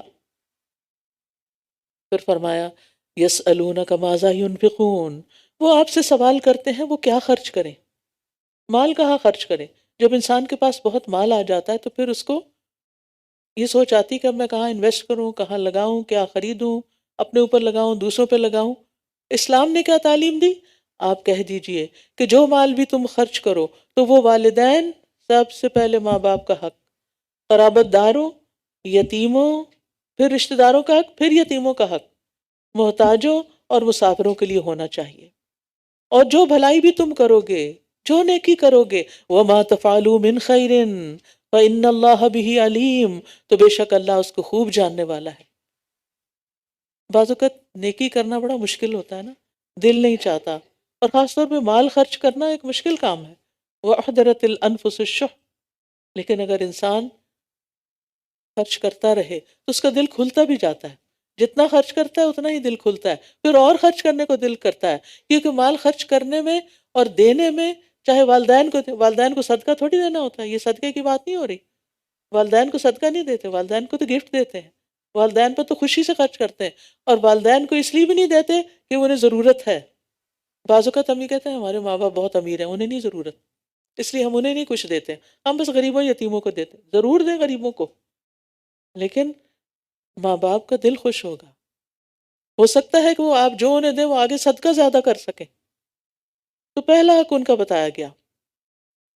اور پھر رشتہ دار، وہ ہماری قدر نہیں کرتے نا، وہ ہمارا شکریہ بھی ادا نہیں کرتے، وہ تو آئے دن کوئی نہ کوئی مسئلہ کھڑا کے رکھتے ہیں. آپ دیتے رہو تو بھی خوش نہیں ہوتے، اور اگر نہ دو تو زیادہ ہی ناراض ہو جاتے ہیں.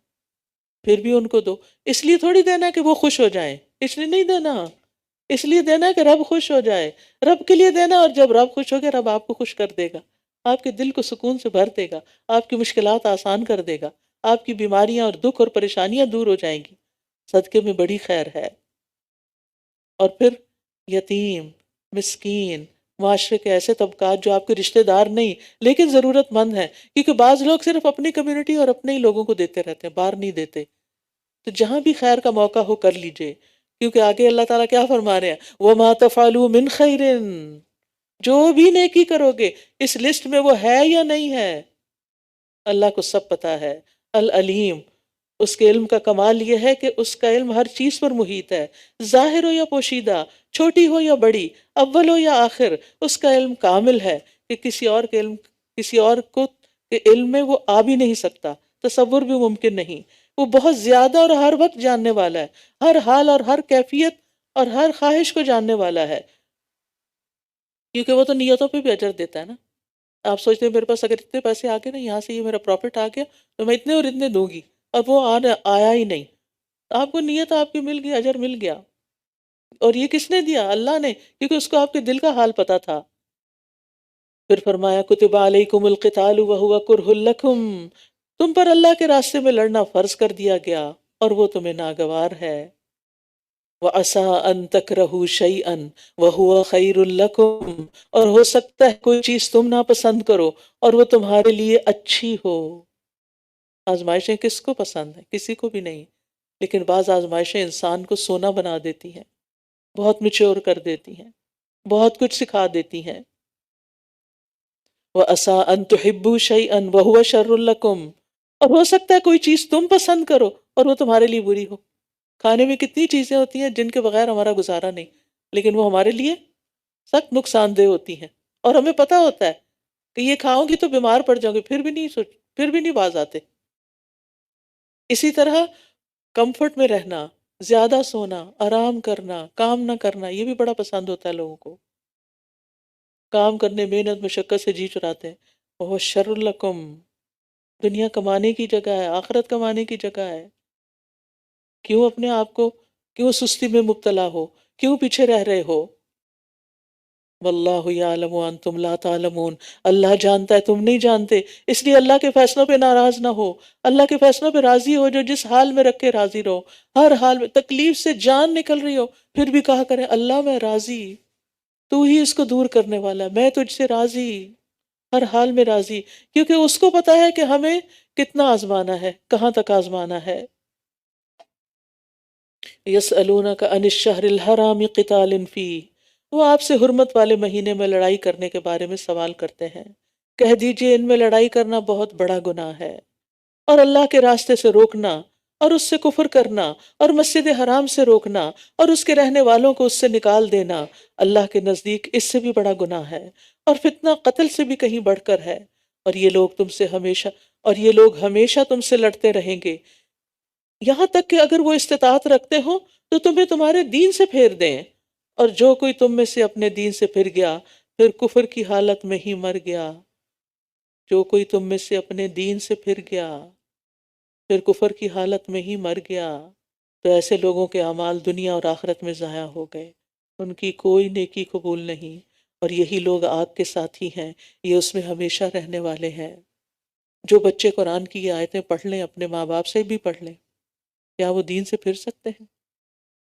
لیکن آج کل یہ مسئلہ کتنا عام ہوتا جا رہا ہے، اور کتنی بھیانک سزا ہے اس کی، اس اویئرنیس کی کتنی ضرورت ہے. ان الذين آمنوا والذين هاجروا وجاهدوا في سبيل الله اولئك يرجون رحمت اللہ واللہ غفور الرحیم. بے شک وہ لوگ جو ایمان لائے اور جن لوگوں نے ہجرت کی اور اللہ کے راستے میں جہاد کیا، وہی لوگ اللہ کی رحمت کی امید، یہی لوگ اللہ کی رحمت کی امید رکھتے ہیں، اور اللہ بے حد بخشنے والا، نہایت رحم کرنے والا ہے. اللہ کے راستے میں نکلو تو صحیح، کچھ قربانی تو کرو، اللہ کے دین کی ترقی کے لیے کوئی محنت تو کرو، کوئی مال تو لگاؤ، پھر دیکھو اللہ کیسی قدردانی کرتا ہے. پھر مزید کچھ احکامات، یسألونک عن الخمر والمیسر قل فیہما اثم کبیر ومنافع للناس واثمہما اکبر من نفعہما۔ وہ آپ سے شراب اور جوئے کے بارے میں سوال کرتے ہیں، آپ کہہ دیجئے کہ ان دونوں میں بڑا گناہ ہے اور لوگوں کے لیے کچھ فائدے بھی ہیں، اور ان دونوں کا گناہ ان کے فائدے سے زیادہ بڑا ہے۔ اور وہ آپ سے سوال کرتے ہیں کہ وہ کیا خرچ کریں، کہہ دیجئے جو بھی تمہاری ضرورت سے زائد ہو، جو ایکسٹرا ہے تمہیں نہیں چاہیے اوروں کو دے دو، استعمال کریں۔ اس طرح اللہ تمہارے لیے اپنی آیات کھول کھول کر بیان کرتا ہے تاکہ تم غور و فکر کرو۔ زائد چیز کا مطلب صرف یہ نہیں ہوتا کہ فضول چیز، ہو سکتا ہے کہ وہ بہت عمدہ چیز ہو لیکن آپ کے کام نہیں آ رہی، کسی اور کے لیے بہت پسندیدہ ہو سکتی ہے۔ تو بہت سے علماء نے اس کا معنی اپنی اور گھر کی ضرورتوں سے زائد چیز لیا ہے، یعنی وہ مال، وہ اشیاء جو اہل و عیال اور لازمی ضروریات پر خرچ کرنے کے بعد بچ رہے، لیکن اتنا نہ خرچ کر دے کہ خود بھات پھیلانے لگے، دوسروں سے مانگنے لگے۔ رسول اللہ صلی اللہ علیہ وسلم نے فرمایا بہتر صدقہ وہ ہے جو خوشحالی کے ساتھ ہو، اور تم پہلے اپنے اہل و عیال پر خرچ کرو۔ تو یہ حکم زکوٰۃ کے علاوہ نفلی صدقے کا ہے جو یہاں دیا جا رہا ہے، کیونکہ حقیقت یہ ہے کہ مال میں زکوٰۃ کے علاوہ بھی حق ہے دنیا اور آخرت کے معاملے میں۔ اور وہ آپ سے یتیموں کے بارے میں سوال کرتے ہیں، یہ آیت نہ پچھلی آیت سے ملی ہوئی ہے، تاکہ تم غور و فکر کرو، کس میں؟ دنیا اور آخرت کے معاملات میں۔ اور وہ آپ سے یتیموں کے بارے میں سوال کرتے ہیں، آپ کہہ دیجئے کہ اصلاح کرنا ہی ان کے لیے بہتر ہے، یعنی ان کے لیے اچھا ہی سوچو، اور اگر تم ان کو اپنے ساتھ شامل کر لو تو وہ تمہارے بھائی ہیں، اور اللہ خوب جانتا ہے کہ خرابی کرنے والا کون ہے اور اصلاح کرنے والا کون ہے، کون ان کا مال ہڑپ کرنا چاہتا ہے اور کون اس مال کو انہی کی بھلائی پہ خرچ کرنا چاہتا ہے، کون ان کی تربیت کرنا چاہتا ہے اور کون ان سے جان چھڑانا چاہتا ہے۔ اور اگر اللہ چاہتا تو تمہیں مشکل میں ڈال دیتا، بے شک اللہ بہت غالب خوب حکمت والا ہے۔ کس مشکل میں؟ کہ ان کے مال اور ان کے ہر چیز الگ الگ کر دو، ان کا کھانا پکانا بھی الگ رکھو، اور ان کی گروسری الگ کرو، ان کی چیزیں الگ رکھو، کتنی مشکل ہو جاتی، لیکن یہ کہ ساتھ ملا کے کھا سکتے ہو مگر انصاف کے ساتھ۔ پھر فرمایا اور تم مشرک عورتوں سے نکاح نہ کرو جب تک کہ وہ ایمان نہ لے آئیں، اور ایک مومن لونڈی مشرک عورت سے یقیناً بہتر ہے، اگرچہ وہ مشرکہ تمہیں اچھی لگے۔ اور تم اپنی عورتوں کا نکاح مشرک مردوں سے نہ کرو جب تک وہ ایمان نہ لے آئیں۔ اس سے پتہ چلتا ہے کہ عورت اپنا نکاح خود نہیں کر سکتی، اس کا ولی نکاح کرے گا، اسی لیے فرمایا کہ تم نکاح کر کے نہ دو۔ رسول اللہ صلی اللہ علیہ وسلم نے واضح الفاظ میں ولی کی اجازت کے بغیر نکاح سے منع فرمایا ہے۔ اور تم اپنی عورتوں کا نکاح مشرک مردوں سے نہ کرو جب تک کہ وہ ایمان نہ لے آئیں، اور ایک مومن غلام مشرک مرد سے یقیناً بہتر ہے، اگرچہ وہ یعنی مشرک تمہیں اچھا لگے۔ یہ لوگ آگ کی طرف بلاتے ہیں، اور اللہ اپنے اذن سے تمہیں جنت اور مغفرت کی طرف دعوت دیتا ہے، اور اپنی آیات لوگوں کے لیے واضح کرتا ہے تاکہ وہ نصیحت حاصل کریں۔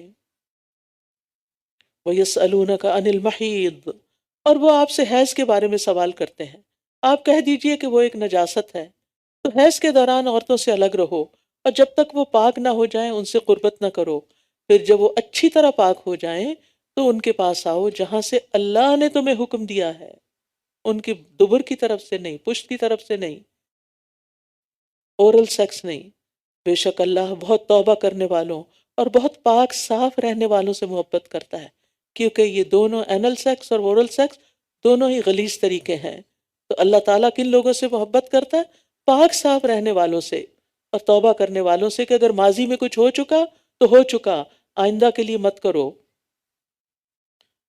تو یہاں حیض کو، پیریڈز کو عذاب بتایا، تکلیف، یعنی کہ عورت ان دنوں میں صحت کی نسبت بیماری سے قریب ہوتی ہے، اور ہسبینڈ کے لیے بھی فزیکل ریلیشن شپ قائم کرنا عورت سے بیماری کا باعث بن سکتا ہے۔ نبی صلی اللہ علیہ وسلم نے ان دنوں میں انٹرکورس کے علاوہ باقی ہسبینڈ وائف کے ریلیشن شپ کو جائز قرار دیا ہے۔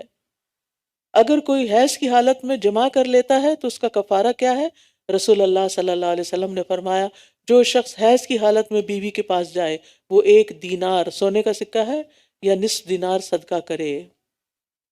نساؤکم حرث لکم، فَأْتُوا حَرْثَكُمْ أَنَّا شِئْتُمْ وَقَدِّمُوا لِأَنفُسِكُمْ، تمہاری عورتیں، تمہاری یعنی بیویاں تمہارے لیے کھیتی ہیں۔ کھیت کو دیکھ کر انسان کتنا خوش ہو جاتا، اپنی نہ بھی ہو، دور سے اگر آپ دیکھیں، فیلڈز کی تصویریں بھی آپ دیکھیں تو آپ کا دل خوش ہو جاتا ہے۔ تو بیوی جو ہے وہ مرد کے لیے کیسی ہونی چاہیے کہ اس کو دیکھے تو اس کا دل خوش ہو جائے۔ تو تم اپنی کھیتی میں جس طرح چاہو آؤ، اور اپنے نفسوں کے لیے آگے بھیجو، اور اللہ سے ڈرو، اور جان لو کہ یقیناً تم مجھ سے ملاقات کرنے والے ہو، اور مومنوں کو خوشخبری دے دیجئے۔ جس طرح چاہو آؤ کا مطلب یہ نہیں کہ تم غلط طریقے اختیار کرو، اس کا مطلب یہ ہے کہ تمہارے لیے کسی ٹائم کی یا کسی اور چیز کی ریسٹرکشن نہیں۔ وَلَا تَجْعَلُوا اللَّهَ عُرْضَةً لِأَيْمَانِكُمْ، اور تم اللہ کو اپنی قسموں کے لیے اس طرح آڑ نہ بناؤ کہ تم نیکی نہیں کرو گے اور تقوی اختیار نہیں کرو گے اور لوگوں کے درمیان صلح نہیں کراؤ گے، اور اللہ خوب سننے والا، خوب جاننے والا ہے۔ بعض لوگ غصے میں آ کر نیک کام نہ کرنے کی قسم کھا لیتے ہیں، پھر اس قسم کو نیکی سے باز رہنے کے لیے آڑ بنا لیتے ہیں۔ ہم نے قسم کھائی ہوئی ہے ہم نہیں فلاں سے بولیں گے، ہم نے قسم کھائی ہوئی ہے ہم صدقہ نہیں کریں گے۔ تو اس قسم کی قسمیں توڑ دینی چاہیے، یعنی ایسی قسمیں نہیں کھانی چاہیے کہ جس میں انسان نیکی، پرہیزگاری اور صلح کرانے والے کاموں سے باز رہے۔ صلح کرانے والا خاص طور پر کام اس لیے کہ بعض اوقات آپ صلح کراتے کراتے بالکل ایگزاسٹ ہو جاتے ہیں، تو آپ کہتے ہیں اللہ کی قسم آج کے بعد تو میں ان کے بیچ میں نہیں آؤں، یہ جانے ان کا کام جانے۔ تو کہا نہیں، ایسی قسم نہیں کھانی، یہ نیکی کا کام ہے، نماز روزے سے بھی افضل ہے لوگوں کے بیچ میں جھگڑے ختم کرنا۔ تو اگر تمہیں اللہ نے صلاحیت دی ہے، کوئی سٹیٹس ہے آپ کا، آپ کی بات سنتے ہیں لوگ، تو تھوڑا تکلیف میں ڈالیں اپنے آپ کو، کوئی حرج نہیں۔ اور نبی صلی اللہ علیہ وسلم نے فرمایا جب تم کسی بات پر قسم کھا لو، یعنی غصے میں آ کے کھا لی قسم، پھر دیکھو کہ دوسرا کام اس سے بہتر ہے تو اپنی قسم کا کفارہ دے دو اور وہ کام کرو جو بہتر ہے۔ اللہ تمہاری لغو قسموں پر تمہارا مواخذہ نہیں کرے گا، لیکن وہ ان قسموں پر تمہارا مواخذہ کرے گا جن کا ارادہ تمہارے دلوں نے کیا، اور اللہ بہت بخشنے والا، بہت علم والا ہے۔ لغو قسموں سے مراد وہ قسمیں جو نیت کے بغیر عادتاً یوں ہی زبان سے نکل جاتی ہیں تکیہ کلام کے طور پر، تو لغو قسموں کا کفارہ اور سزا نہیں ہے۔ ہاں، جو پکے ارادے سے قسم کھائی جائے کہ یہ کام کروں گا یا نہیں کروں گا، اس کا کفارہ ہے۔ لیکن ایک اور قسم بھی ہوتی ہے قسم کی، اور وہ جھوٹی قسم، یمین غموس۔ جھوٹی قسم کھانا کبیرہ گناہ ہے۔ آپ نے کوئی کام کیا اور آپ نے اللہ کی قسم میں نے نہیں کیا، یہ نہیں ہونا چاہیے۔ پھر فرمایا جو لوگ اپنی بیویوں سے ترک تعلق کی قسم کھا لیتے ہیں ان کے لیے 4 ماہ کی مہلت ہے، پھر اگر وہ رجوع کر لیں تو یقیناً اللہ بہت بخشنے والا، نہایت رحم کرنے والا ہے۔ یعنی 4 مہینے سے زیادہ ہسبینڈ وائف کو آپس میں ناراض نہیں رہنا چاہیے، یا تو پھر صلح کر لیں اور یا پھر طلاق دے دیں، اور اگر وہ طلاق دینے کا پختہ ارادہ کر لیں تو بے شک اللہ خوب سننے والا، خوب جاننے والا ہے۔ یہ سننے اور جاننے کی بات کیوں کہی؟ کیونکہ بعض مرد کئی طلاقیں دیتے ہیں اور پھر مکر جاتے ہیں، کہتے ہیں ہم نے نہیں دی۔ تم نے جب دی اللہ نے سن لی، اور دنیا میں کوئی نہیں پکڑ سکتا، اللہ تمہیں پوچھے گا۔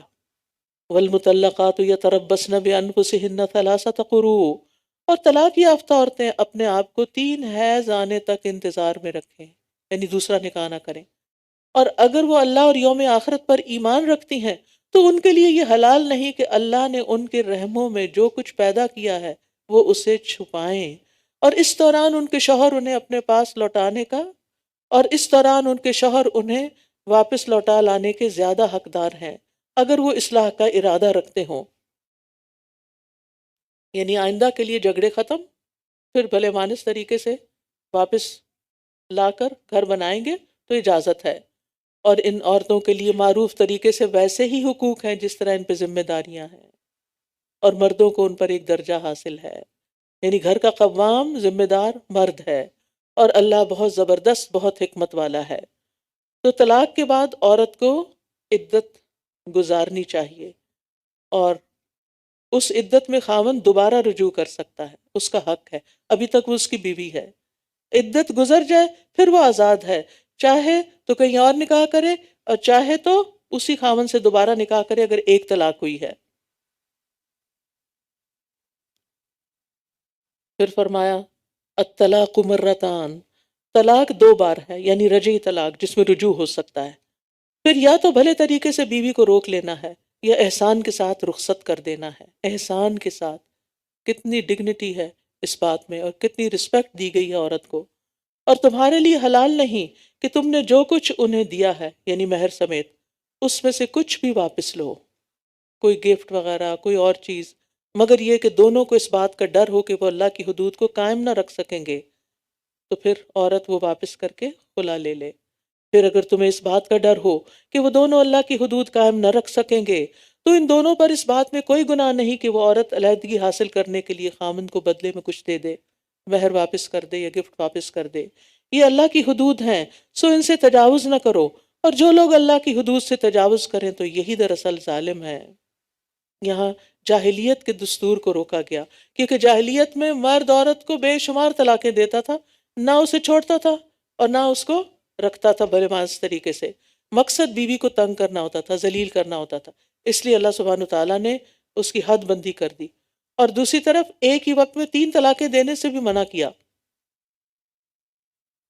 کیونکہ اگر کوئی ایک دفعہ بھی طلاق دیتا تو طلاق ہو جاتی ہے، عدت گزارنے کے بعد عورت آزاد ہو جاتی ہے۔ اور یہ جو 3 طلاقیں ایک شمار ہوتی ہیں، یہ حضرت عمر رضی اللہ عنہ کے دور سے شروع ہوا تھا۔ ابن عباس کہتے ہیں کہ رسول اللہ صلی اللہ علیہ وسلم اور ابو بکر کے زمانے میں اور عمر رضی اللہ عنہ کی خلافت کے ابتدائی 2 سالوں میں 3 طلاقیں ایک ہی طلاق شمار ہوتی تھی۔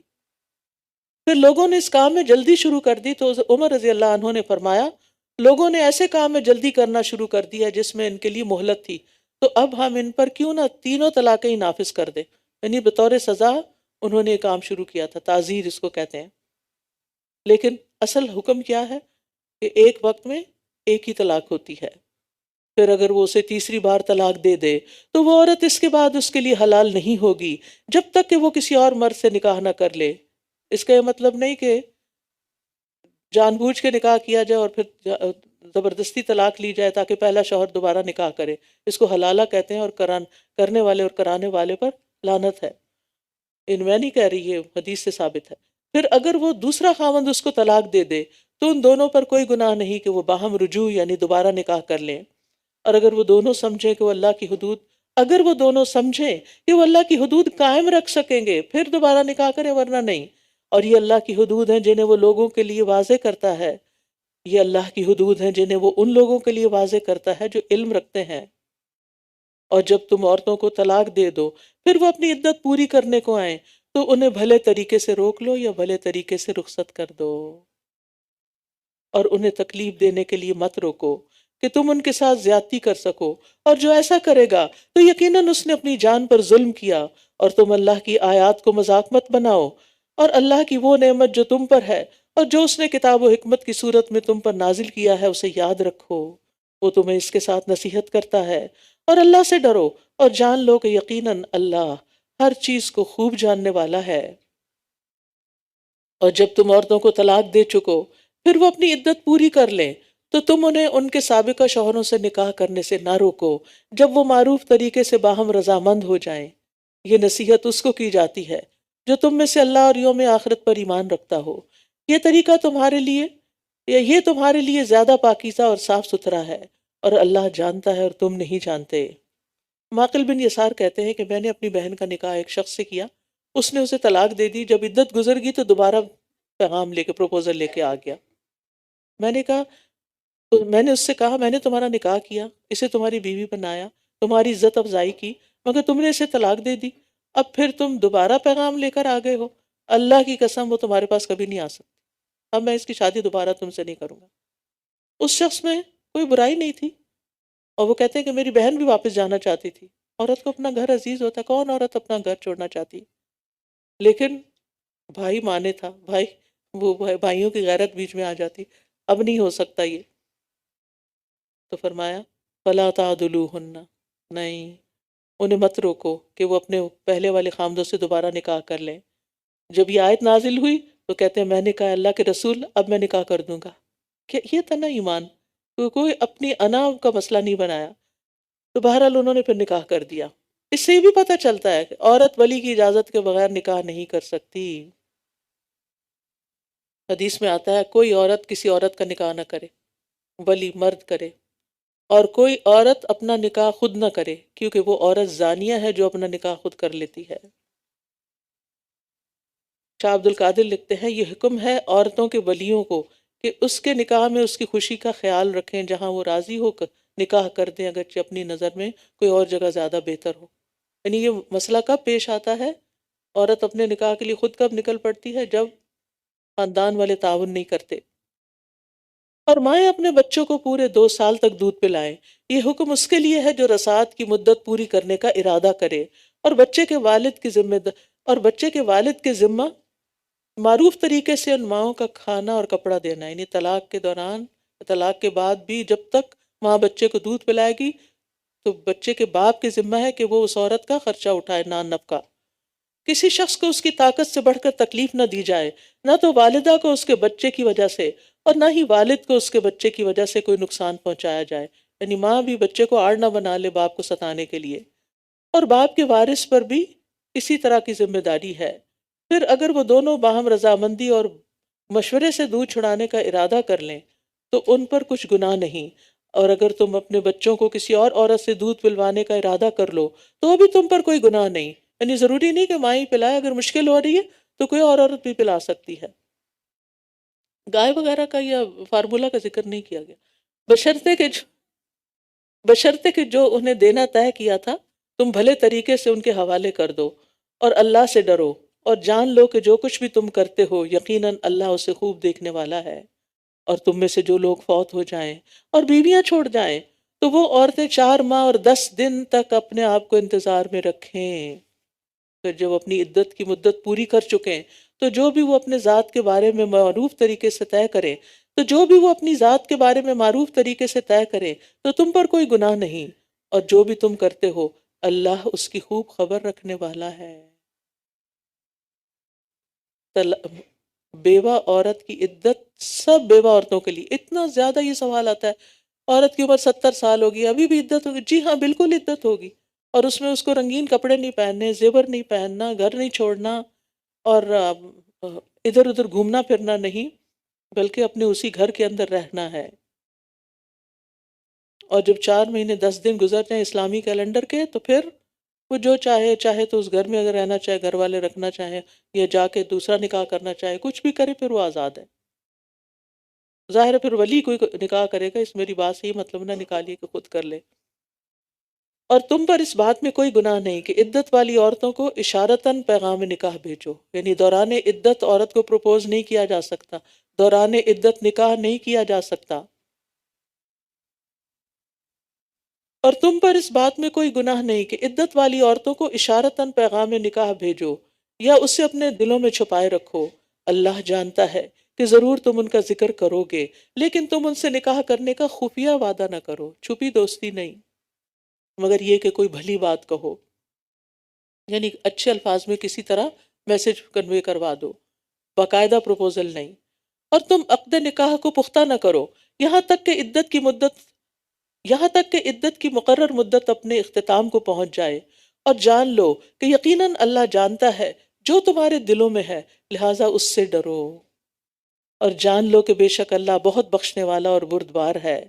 تم پر کوئی گناہ نہیں اگر تم ان عورتوں کو طلاق دے دو جنہیں تم نے ہاتھ نہیں لگایا، یعنی پیپر میرج ہوئی تھی، ایک لڑکا کسی ملک میں تھا، لڑکی کہیں اور تھی، امیگریشن نہیں ہوئی، آخر کار طلاق دینی پڑی، لڑکی جانے کو تیار نہیں تھی تھرڈ ورلڈ کنٹری میں، اور لڑکا آ نہیں سکتا تھا۔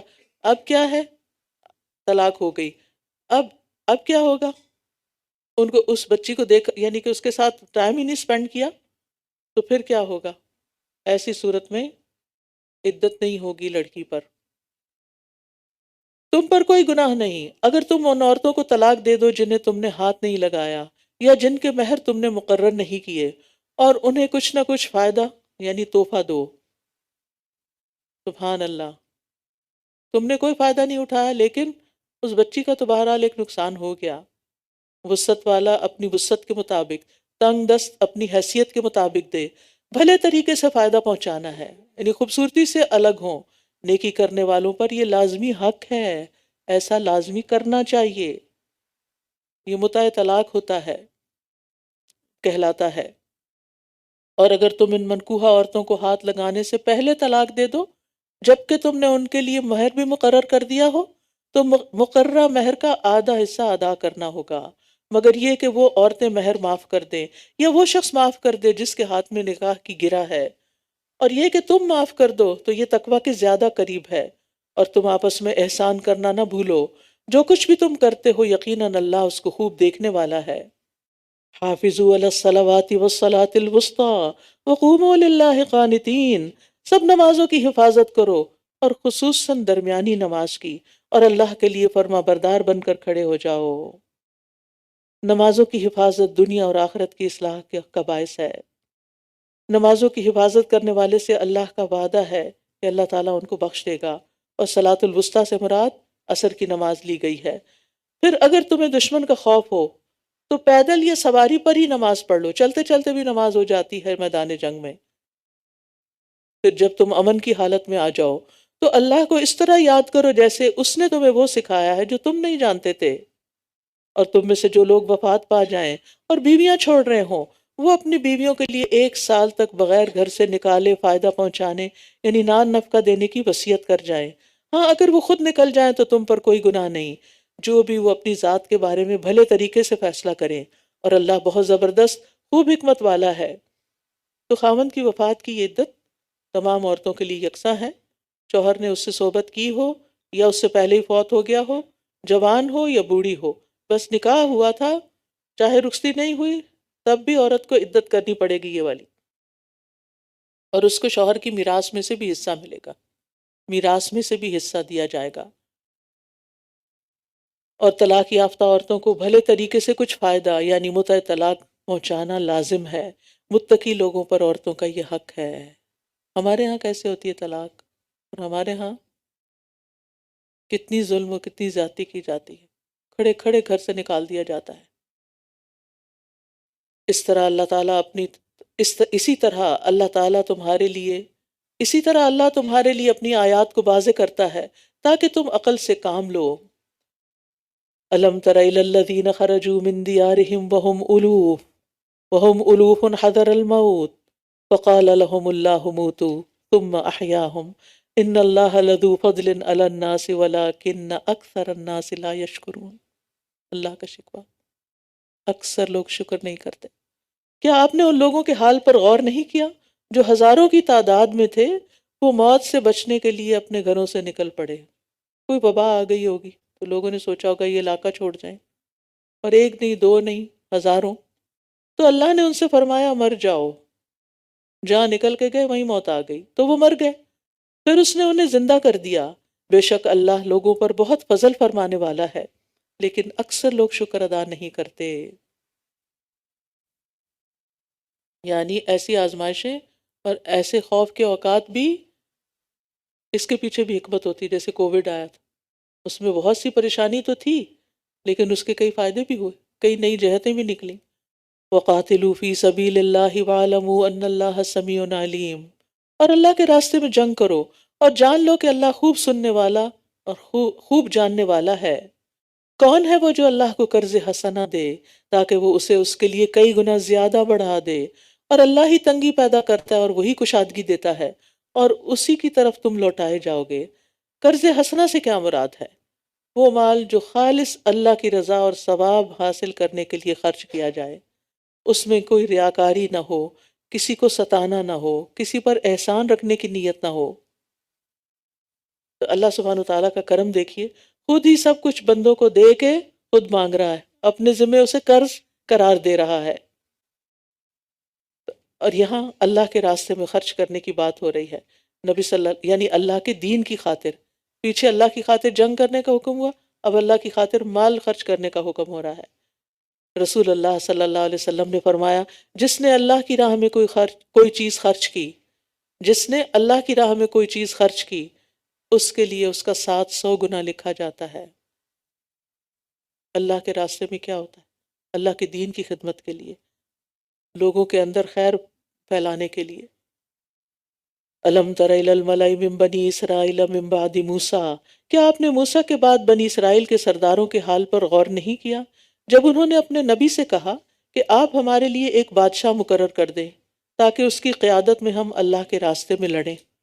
اس نے کہا ممکن ہے کہ اگر تم پر جنگ کرنا فرض کر دیا جائے تو تم نہ لڑو۔ انہوں نے کہا اور ہمیں کیا ہے؟ انہوں نے کہا اور ہمیں کیا ہے کہ ہم اللہ کے راستے میں نہ لڑیں جبکہ ہم اپنے گھروں اور بیٹوں سے نکال دیے گئے ہیں۔ پھر جب ان پر جنگ کرنا فرض کر دیا گیا تو ان میں سے چند ایک کے سوا سب منہ موڑ گئے، اور اللہ ان ظالموں کو خوب جانتا ہے، اور اللہ ان ظالموں کو خوب جانتا ہے۔ اور ان کے نبی نے ان سے کہا، بے شک اللہ نے تمہارے لیے طالوت کو بادشاہ مقرر کر دیا ہے۔ تو وہ کہنے لگے، اس کی بادشاہت ہم پر کیسے ہو سکتی ہے جبکہ ہم بادشاہت کے اس سے زیادہ حقدار ہیں، اور اسے تو کوئی مالی وسعت بھی عطا نہیں کی گئی۔ اس نبی نے کہا، بے شک اللہ نے اسے تم پر چن لیا ہے اور اسے علم اور جسم کے اعتبار سے زیادہ وسعت دی ہے، اور اللہ جسے چاہتا ہے اپنی بادشاہت عطا کرتا ہے، اور اللہ وسعت والا خوب جاننے والا ہے۔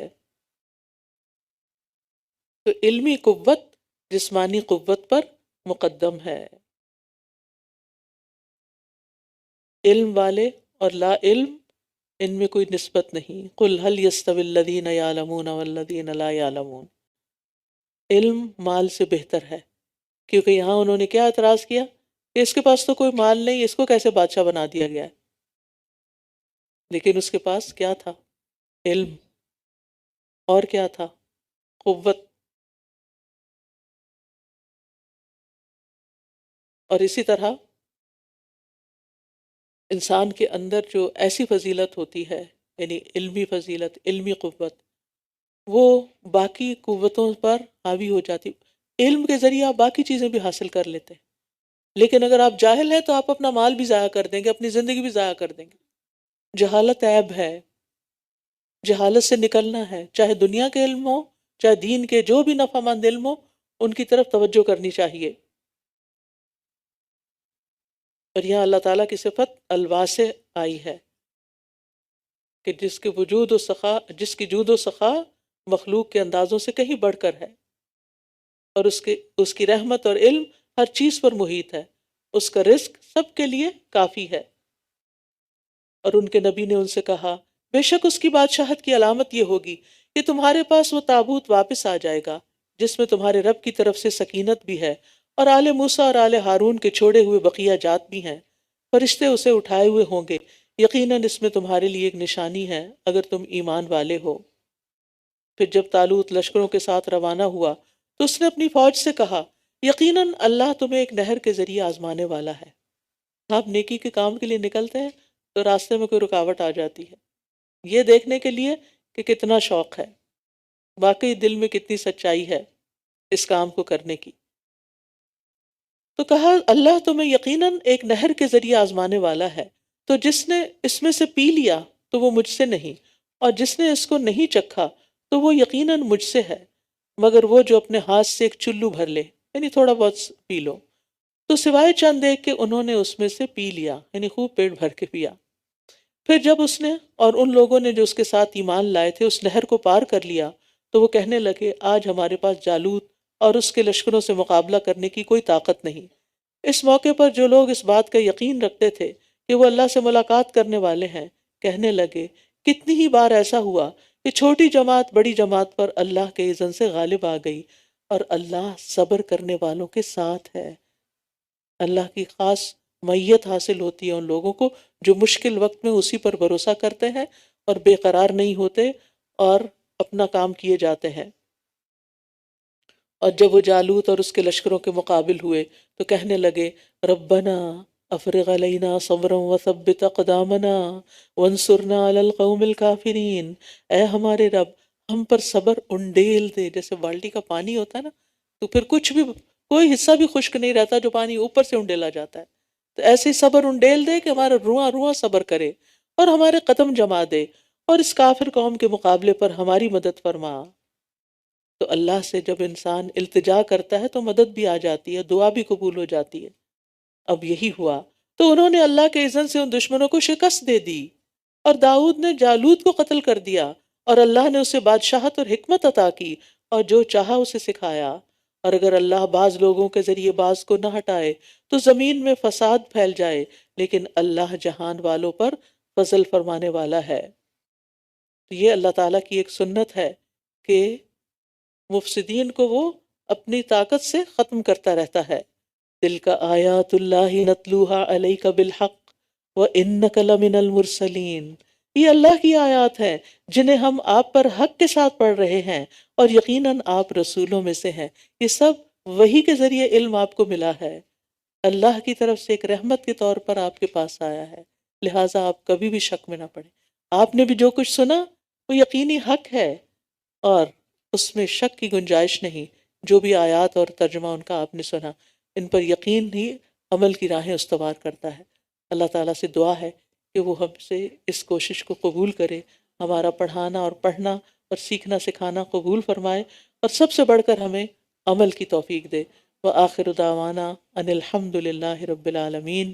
سبحانک اللہم وبحمدک، اشہد ان لا الہ الا انت، استغفرک واتوب الیک۔ آپ کرسیاں بینچز وغیرہ اٹھا لیجئے، لیکن خاموشی کے ساتھ غور و فکر کرتے ہوئے۔ ہنگامہ، ہنسی مذاق، اونچا بولنا، قرآن پڑھ کر ایک دم یہ حرکتیں اچھی نہیں لگتی۔ دعائیں مانگتے ہوئے اٹھے، استغفار کرتے ہوئے اٹھے۔ السلام علیکم ورحمۃ اللہ وبرکاتہ۔